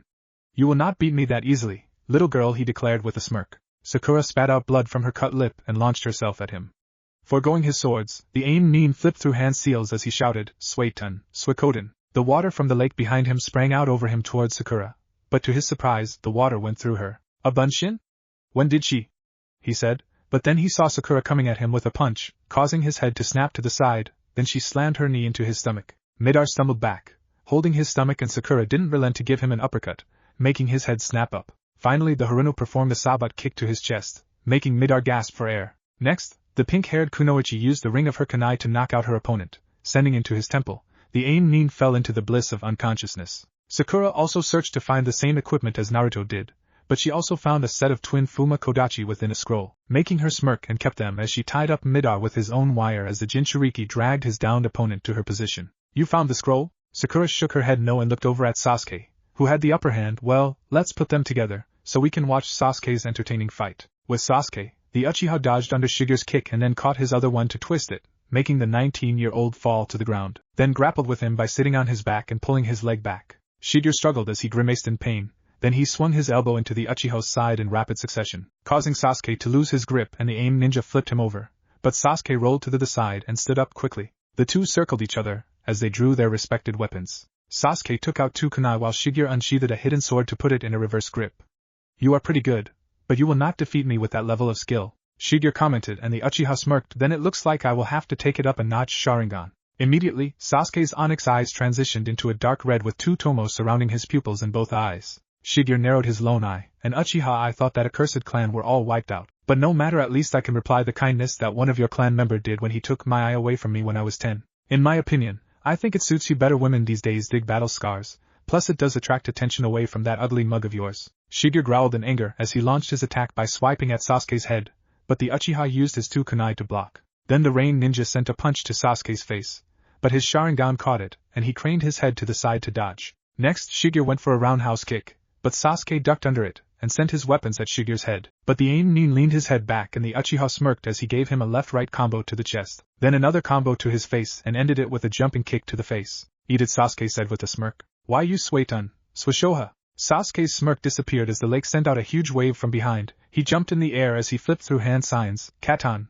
Kakaku no Jutsu. The fireball sprang from his mouth and evaporated some of the water that was coming at him. I have got you! Shigeru shouted as he was poised to kill him, but the Uchiha immediately used Kawarimi and appeared behind the Rain Ninja to land a chop to the back of his neck. Well, that was slightly entertaining. Soon the three aim ninjas were left on the ground, unconscious and tied up. Did you get their scroll? Sasuke asked. No, I believe that Shigeru has got it, Sakura said, and the Uchiha checked the aim nin for the scroll to find it, and said, alright, now all we have to do is get to the tower. Suddenly Naruto felt the wind stinging against his cheek and a large wind came through to blow them away, but all three of them stood their ground. Oh, I wanted to blow all of three of you away. Oh well, I may as well play with you before I take your scroll and your life. A feminine voice said from above. Team 7 looked up to see that it was the mysterious Kusa-nin with the long tongue. Shit, it's Orochimaru. Damn, I didn't think that he would get here that fast. He must be here for Sasuke's Sharingan, Naruto thought. Or he could be after you. Naruto, you do have me inside of you, augmenting your abilities. Serenity added. The thing is, why didn't he grab any from the massacre happened? If he had implanted them like Kakashi-san did, it would have sapped his reserves. He would need to be an Uchiha to use it to the full extent. My guess that he either has the power to possess Sasuke's body, or needs to do an experiment on Sasuke to imprint his being into Sasuke's brain. This is also the factor that he would need a lot of blood to incorporate into his system. Either way, he has to take him away from the village to do either of those. The female Kusa-nin chuckled evilly as she pressed her finger on her eyelid, while she launched her killing intent, freezing Team 7 in place as they each saw their own gruesome deaths. Master, it is an illusion. Fight it! Serenity cried out in alarm. The Jinchuriki complied and he was able to move a bit, but Sakura wasn't used to it. Due to Itachi's use of Tsukiyomi, Sasuke was able to move and override the killing intent with pain to grab Sakura, and Naruto followed after him. What is she? Murmured Sasuke. A monster. Sasuke, we have to make a stand. What? No way. You saw what she did to us back there. There is no way that we win this battle. We've no choice but to fight. She will just pressure us until we are dead. We must take a stand against her, and come on. Fear didn't stop us from taking on Zabuza, right? Sasuke bit his lip a bit as Naruto continued. I am terrified of her power as well, but I am terrified of losing my teammates, my friends, to death. I have already lost someone to its clutches and I will not let that happen again, now when I am around. Sakura's eyes fluttered a bit and snapped open as she shouted, look out! The three of them moved in opposite directions to avoid a snake from swallowing them whole. Sasuke threw shuriken into the snake's mouth, ripping its insides to shreds, and it fell dead. Way to give yourself away, Orochimaru, Naruto said. Oh, you have heard of me, Naruto-kun? You are the only one who can summon snakes that big beside our proctor, Ankle Mitarashi. What do you want? Orochimaru burst from the snake's carcass, dripping with slime, and ripped the skin off his face to reveal his pale face with purple markings and slitted yellow eyes. Isn't it obvious? I want Sasuke Uchiha and the power of his Sharingan. Sasuke replied, I am sorry to disappoint you, but I am strictly, very strictly, and as for the Sharingan, over my dead body. Orochimaru chuckled. I need you alive for that. It seems that you need some motivation. Instantly Naruto acted by throwing a flash ball, which blinded the snake's Sannin momentarily, and Naruto activated his gloves to send a flaming ball in the air, which exploded. Anko looked up and said, "Go. Quickly. The ANBU will be there in 5 minutes, we must provide support." The flames came down at Orochimaru, who dodged them much like a snake, and Naruto came in forward on him to stab him with a kunai. Orochimaru gurgled, but then he turned into mud and Naruto thought, "A Doton Kage Bunshin?" He turned to look behind him to receive a kick to the face, and Orochimaru said, "You are in the way of my ambition." Sakura flipped through hand seals as she shouted, "Katan, Housenka no Jutsu." She spat out small fireballs and the snake Sannin deftly dodged them only to get Naruto's foot in his face. "You will not get your hands on Sasuke. Sasuke-kun needs my power in order for him to kill his brother," Orochimaru stated. Sakura glared at the man. "That is completely bullshit. Nobody can give the power to defeat a Jonin without some kind of recuperation of a deal." "Whatever do you mean? Don't play dumb with us," Naruto shouted in anger. "Admit it. You could have infiltrated Konoha during the Uchiha massacre to implant some Sharingan into your eyes since there were plenty of them, but that would sap your chakra since you knew Kakashi's predicament. So somehow you have found some way to make yourself an Uchiha by needing Sasuke or Itachi's blood." The Jinchuriki smirked. "I bet you were too weak to get Itachi's own because he is stronger than you. So why should Sasuke go to you when you can't even defeat Itachi yourself?" Orochimaru glared at Naruto and said, "I am going to deal with you first." He sprang at Naruto, but suddenly kunai stopped him from getting any closer. "That is far enough, Orochimaru." The snake Sannin glanced up to see 3 squads of ANBU in front of him, and one of them asked, "What the hell are you doing here?" "Sightseeing." "Regardless, you are wanted for treason, kidnapping and unlawful experimentation as the captain of the ANBU. I place you under arrest." "Sorry, but I still got my get-out-of-jail-free card." The snake Sannin backed up into the branch and melded with it while the leader shouted orders, "Squad Alpha and Beta, search for him, do not let him escape. Squad Theta, escort Team 7 to the towers if they have their scrolls." "Hi!" Naruto recognized one of them, Nico-san. "Hello Uzumaki-san, does your team have both scrolls?" "Yes we do." "Good, then you will pass on the next phase, let's go." Tower Squad Theta and Team 7 appeared at the tower without difficulty, and there was the Hokage standing. "Report." The old man barked out. The ANBU team knelt before him and Nico reported, "Hokage-sama, your informant was correct. Orochimaru has revealed himself and it appears that his primary objective is to possess the Sharingan from Sasuke Uchiha." "I see, so he had finished that jutsu." Hiruzen said. "What jutsu?" Sasuke asked, and the Hokage said to him, "I suppose I should tell you 3 about my student. After Orochimaru's parents died, he became obsessed of immortalizing himself. He delved in researching of making a jutsu that would allow to live forever in a sense. He was working on a jutsu that overtakes a person's soul and supplanting his own, thus taking over the body along with its special abilities." Sasuke was disgusted with the idea and said, "Naruto mentioned that Orochimaru did the same thing with my brother, but it backfired and it seems that he was very pissed about it." The Hokage said, "Maybe the Sharingan when it is fully mature can negate the effects. I would isolate you, Sasuke, but I am afraid that Orochimaru would do something to the village, and placing Sasuke in open like nothing happened may place you at high risk. Sasuke, I am afraid that I will have to restrict your movements to a minimum, and have you trained as well as watched by Kakashi regardless if you pass or not in this next phase." He turned to Naruto and Sakura. "Naruto, Sakura, I am going to ask you to keep quiet about what I have said in these past minutes. Sakura, if you pass this part, I will have you trained by Anko Mitarashi and Kurenai Yuhi. Naruto, your trainer will be coming here as well." Team 7 nodded and Sarutobi said, "Your team will be watched until the end of the second phase. No questions asked?" Again, they nodded and they were escorted to a room with Squad Theta outside of their door. Room Team 7 sat in silence as they replayed the events in their heads until Sasuke said, "We have to get stronger." Sakura stated, "Yes, but over the span of a few years we can't exactly protect each other, let alone ourselves." "We can try," Naruto said. "Mikoto-san and Kakashi can protect themselves. Besides, Orochimaru wouldn't dare to approach Sasuke around Kakashi and Mikoto-san. Especially a mother trying to protect her child is a dangerous person to fight. As for me and Sakura, we are obstacles to getting to you because you are our friend." Sakura said, "Yuhi-san is the sensei of Team 8 and I have heard that she is the best at using genjutsu, while Anko Mitarashi, you mentioned that she summons snakes, right?" "Naruto?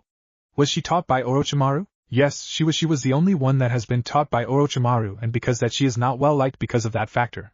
But on the flip side, she is the only one who knows how Orochimaru works, his techniques, mannerisms, etc." Sasuke said, "Like me, he specializes in ninjutsu and genjutsu, so the only way to stop him from using those is to work mostly on our taijutsu. To keep up with his hand seals and moves, I will need to upgrade my Sharingan to the 3rd tier in order to reverse the effects." Naruto stood up. "Then that settles it. We will get stronger after the exams are finished, and when we meet Orochimaru again, we will defeat him." He put his hand out and said, "Let's make it official." Sasuke and Sakura put their hands over Naruto's own as they each made a silent promise to become stronger. The 3 of them took a rest, each of them with a kunai under their pillow in case that should someone slip into the room. Hokage Tower, Orochimaru has made his move.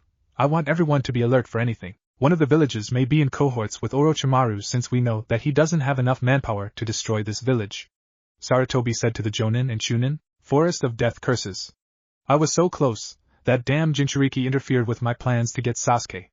Orochimaru said angrily. Kabuto, I want you to keep an eye on Naruto Uzumaki, and when you get the chance, kill him. I will have Sasuke's body and the destruction of Konoha during our invasion with Suna. Kabuto bowed lowly. It shall be done, Lord Orochimaru. I will take care of everything. 4 days later, the Rookie Nine, along with Team Guy, Team Kabuto, Team Dosu, and Team Gaara stood before their senseis, proctors and the Hokage himself. First off, for the second test, congratulations on passing, Enko said, and then she thought to herself, I never would expect 24 of them to be here. I was expecting single digits actually, but at least I cut them in half practically. Guy stated, your team is not that bad, Kakashi. Maybe they got lucky, but with my team around, getting any further is nigh impossible now, since from now it's about real skill. Well, with youth, there are sweet times and sour times, Kakashi? Huh, oh, I'm sorry, did you say something? Damn you, Kakashi. You make me so mad. Why do you always have to act so cool? For so many to be here and most of them are rookie, Sarutobi thought, and then he whispered as he looked at their senseis. No wonder they nominated them all. Anko spoke up. Now Hokage-sama will now explain the third test. Listen carefully. Thank you, Anko. Now before we begin the third test, there is something that I must bring to your attention. It concerns with the true reason of this exam. True reason? Thought Sakura. Why do we have all the allied countries taking the exam together? The Hokage asked rhetorically. To promote friendship among the countries? To raise the level of shinobi? I don't want you to be confused about the true meaning. The exam is, Tenten thought to herself, is a replacement for war between the allied countries. Sarutobi finished. The bun-haired Kunoichi asked, what does that mean? The Hokage answered, if we were to go back in time, the current allies were enemies who fought each other over who would rule. In order to prevent wasteful fighting, the stage that countries chose for battle, the origins of this Chunin exam. Why the hell do we have to do this crap? Wasn't this test for deciding who is a Chunin? Naruto voiced out. It is a fact that this exam decides which shinobi have what it takes to become a Chunin. But on the other hand, the exam has another side to it, where each country's shinobi risks their own life to protect their land's reputation. Sarutobi replied after taking a puff from his pipe. Ino piped up, I don't understand. Watching the third phase of the exam will be leaders and influential individuals from many countries that make up the clients of the shinobi, and the leaders of those leaders will also be there to watch each of your battles. If the strength of a country is clear, then that country will gain more clients, and conversely, if seen as weak, that country will lose clients. This also send a political message to potential enemy countries, by saying that our village has this much power. Kiba blurted out, yeah, but why? Why it is that we must risk our lives in battle? Simple, the strength of the country is the strength of the village, which is the strength of the shinobi, and a shinobi's true strength is only shown through life-risking battles. This exam is a place to observe each country's power, and to show off your own power. It only has meaning because lives are at risk, and that is why those that have come before you have fought in the Chunin exam for this dream are meaningful. But then why, Tenen asked, do you say stuff about it being for friendship? I said it in the beginning. I don't want to confuse the purpose of this. By losing life and establishing balance, this is the shape of friendship in the world of the shinobi. Now before we begin the final test, I will tell you one more thing. This is not only a test, it is a life-risking battle with your dreams and your country's reputation on the line. I get it, Naruto said to himself as he crossed his arms, while Gaara said in monotone, I don't care what it is, just hurry up and tell us what this life-risking battle entails. The Hokage said, of course, I would like to explain the third test, but, actually, a sickly voice interrupted.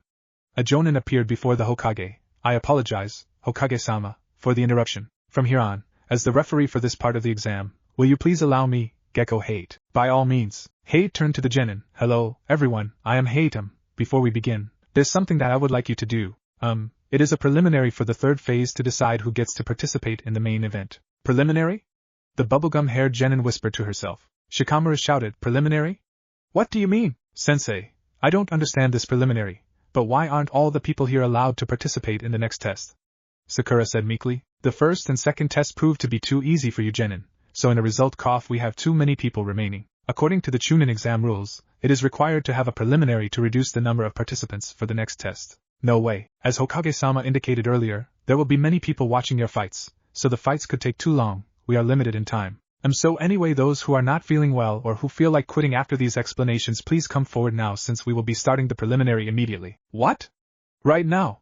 Kiba shouted in disbelief. Kabuto looked at Orochimaru, who nodded his head, indicating that he should stay in to gather information on his primary subject, Uchiha Sasuke, and possibly kill Naruto Uzumaki.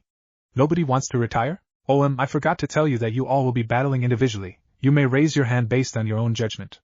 Hate said with a cough. One of the teammates on Kabuto forfeited his position, and Hate checked him off as he left the arena. Alright, then, since we have an even number of 20 contestants, we will have 10 matches and the winners will advance to the third test. There are basically no rules. The fight continues until one of you dies or knocked out or concedes defeat. Cough if you don't want to die, then I suggest that you forfeit quickly, but when I clearly decided who is the winner, since we don't want pointless corpses, I will jump in and stop things, and the object that controls your destiny is Hate stated. Anko muttered into her headset, open it. The wooden board slid upwards to reveal an electric scoreboard.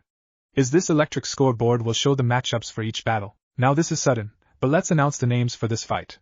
Hate said. The board flipped through the genins' names randomly until they stopped at Sasuke Uchiha and Yoroi Akato. Everyone did so, and Hate said, now match 1, Sasuke Uchiha vs. Yoroi Akato begin. Yoroi did the Tora sign, are you ready? His right hand glowed ablaze with chakra as his left had reached into his pouch. Sasuke reached in his holster. Yoroi flicked them at the Uchiha, but the Uchiha did an overhand strike with his kunai, sending the projectiles back at him. The overhead strike made it that he overextended himself, and Sasuke fell down to the ground. Yoroi saw the opportunity and axed by moving towards Sasuke. He aimed his right hand to smash Sasuke's head, but the Uchiha rolled to the side and slammed the kunai point into the ground. Then he tripped Yoroi using his feet, then maneuvered him into a wrestling move, threatening to break his arm. But Yoroi's hand grabbed Sasuke's shirt, and Sasuke felt his strength fading away fast. His grip on Yoroi's arm slipped, and Yoroi elbowed Sasuke in the gut, and then flipped up into a kneeling position. Sasuke thought, what was that? My strength just suddenly. The weird ninja then moved toward the fallen Avenger, causing Sakura to shout in alarm. Sasuke looked up to see Yoroi's chakra-infused hand clamped on his head, and the Uchiha began to feel weaker and weaker. You my chakra! Sasuke said. Yoroi chuckled, so you finally noticed, it's about time. Orochimaru thought, Yoroi's special ability is that he can suck chakra, rendering the person useless and weak by a touch of his hand. When he sucks all of your chakra, you will be weak enough for me to give my seal to you. Sasuke moved his leg to prop it against Yoroi. Oh damn you! Yoroi was kicked away and skidded away. So it seems that you still have power left? Yoroi charged again, having Sasuke dodge the swipes of his hand. Sasuke aimed a roundhouse kick at him, but Yoroi jumped over and landed away from him. Sasuke thought desperately, if he tries to touch me one more time, I am done for, and he will try to get in close combat with me. What do I do? Gaara thought, is that all you have, Uchiha Sasuke? Naruto shouted after he looked upon the pained face of Sakura. Sasuke. Are you really Uchiha Sasuke? Is this the best you can do? Sasuke looked to see Naruto and Lee on the balcony. That's it, I know what to do. He thought. Yoroi charged at Sasuke. It's over, Uchiha. But the next move surprised everyone, especially Lee, as Sasuke used the same move that Lee used on him.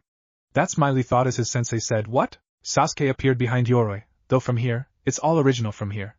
Sasuke said, it's over. The Uchiha poked him in the back and the opposing ninja recognized the move. Kagebuyo? Take this. Here it comes.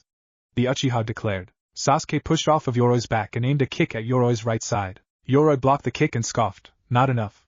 Sasuke grimaced and used the momentum of his kick to aim a punch to his unguarded left side. Kakashi said, not enough, eh? Yoroi's head snapped downwards, but Sasuke did not relent. Get your ass back here, the Uchiha shouted as he used his right arm to catch his opponent in the chest. Before Yoroi hit the ground, Sasuke turned to land a kick in the chest as he shouted, there's more. Sure, Renden. Yoroi's head snapped upwards to cough up blood and he was knocked unconscious. Sasuke slid to the side before coming to a complete stop. Like I have to check. The sickly proctor thought as he checked the pulse of Yoroi, and then turned his head to the side to smile at the wobbly Uchiha. I am stopping this match, thus Uchiha Sasuke is the winner of this match. Sasuke fell backwards only for Kakashi to catch him with his foot. Well, good job. Sasuke let out a small smile as he scoffed a bit. Then the lanky Jonin thought, that movement before the Shushurendan was from Guy's Goken, he must have copied it when he tousled with Lee earlier. Sasuke! What a lame way to win! You are all beat up, idiot! Naruto yelled out. That damn total moron! The Uchiha said as he looked at his teammate. Then he turned to look at Lee as he thought, thanks to you, Lee, I was able to survive. If I hadn't seen your move earlier, then I would have been in trouble, but it is not a move for me to count on. Sasuke's body began to rake in pain as he sat on the ground. I see that time, you were able to copy a part of my technique from just seeing it once. That is your ability, Sasuke-kun. What a person you are, you will only get stronger and stronger. Even I feel fear. Lee thought to himself. Guy thought, mastering a part of the Super Taijutsu technique, Lotus, is impossible without grueling training. Even with the Sharingan, it's not something that can be perfected quickly, and the creativity of that finishing move. Kakashi, he reminds me of you when you were young. Tenten thought as she looked between Neji and Sasuke. This is interesting. Last year rookie was Neji and this year, it is Sasuke. Which is stronger, I wonder? But what a guy to release the true power of the Sharingan here, the terrifying Uchiha blood. Kakashi thought as he looked at his student. Kakashi said, now let's get you out of here now. Sasuke said, can you wait until the prelims are over? I want to observe the matches. Kakashi said, don't worry, I'm sure your teammates, and I will tell you all about them and their fighting styles. Kakashi took Sasuke away as the screen flashed to reveal the next match. Hate coughed. Will cough Kabumi Zaku and cough Aburame Shino please come down? Zaku said, who the hell is this loser? This will be easier than I thought. Shino quietly walked down the stairs to the arena. Sakura looked at them and saw Zaku's arms were still in a sling. That sound mean he looks up to something if he is going to fight with broken arms. She thought to herself, will Shino-kun be alright? Hinata asked her feral teammate and Kiba answered, yeah, he will be. He is strong, he is one person even I don't want to fight. Hate said calmly, match 2, Zaku Abumi vs Shino Aburain, please begin. Now Zaku, it will be interesting to see how you fight. Dosa thought, then Orochimaru disappeared and Dosa looked on without saying a word. Shino spoke to Zaku in monotone, if you fight here, you will never fight again, it's best if you forfeit. Zaku's left arm twitched a bit, and he began to move. It seems that this one can move a bit, but I only need one arm to kick your weird ass. Zaku flew at Shino, but the Aburain brought his arm to block Zaku's strike. Zaku cursed, damn it. Shino replied, it is useless, you can't beat me with just one arm. Zaku retorted, shut the hell up. Take this. Zaku's hand opened to reveal his air hole, Zankuha. The blow hit Shino full force in the head and Shino rolled on the ground, smoking. Hee. Zaku chuckled with a smirk, hey, get your ass up. Shino slowly got up and revealed something that Zaku was slightly disturbed. What the Otonin saw was that Shino had bugs crawling under his skin literally. What the? He has bugs from inside his body? Zaku thought to himself. Then he heard a multitude of noises behind and turned to see an army of bugs behind him. Shino explained, they are called Kikachu bugs. They attack in numbers and consume chakra. Like I said, if this many behind you get you, you'll never be a ninja ever again. If you don't want that, then you should give up. Zaku glared at him for putting him in this predicament. Shino pushed up his shades. If you decide to attack me with your arm, then the bugs will get you, and if you attack my bugs, I attack you. Zaku cursed loudly. Damn, Shino said, you should always save your trump card at the last moment. Zaku thought as images from his past of the meeting with Orochimaru came into view. I can't continue to fail. Zaku shouted, don't mess with me. Zaku pulled his right arm out as he declared in a proud voice, hey, you should always have a trump card at the last moment, right? Kiba shouted, what? He can use his right arm too. Dosa thought, so it was all an act that his right arm was completely useless. Heh, good one, Zaku. Zaku shouted, take this. Suddenly his arms imploded and one of them fell to the ground. Zaku looked at it in shock as he saw Kikachu coming out of the air tubes. Shino came behind Zaku as he said, when I told you to give up, I sent some of them to close your dangerous air holes with their bodies. That is a true trump card. Zaku shouted, you bastard. He sent a punch, but the Aburain ducked and backhanded Zaku. Hate declared, Shouja, Aburain Shino. Stadium Arena. Hate said, okay, now match 3, Sabaku no Kankuro and Kabuto Yakushi, will you please come down to the arena? Kankuro said, heh, this will be easy enough. Baki, the sensei of Team Gaara, said, Kankuro, don't get cocky. Kankuro pretended that he didn't hear him at all and continued to the arena. Temari muttered, that idiot is going to get himself killed. Kankuro stood and faced Kabuto, Yoroi's teammate. Kabuto glanced at Orochimaru, who discreetly told him to make it look interesting. Kankuro said, hey, sorry, but I plan on winning this match.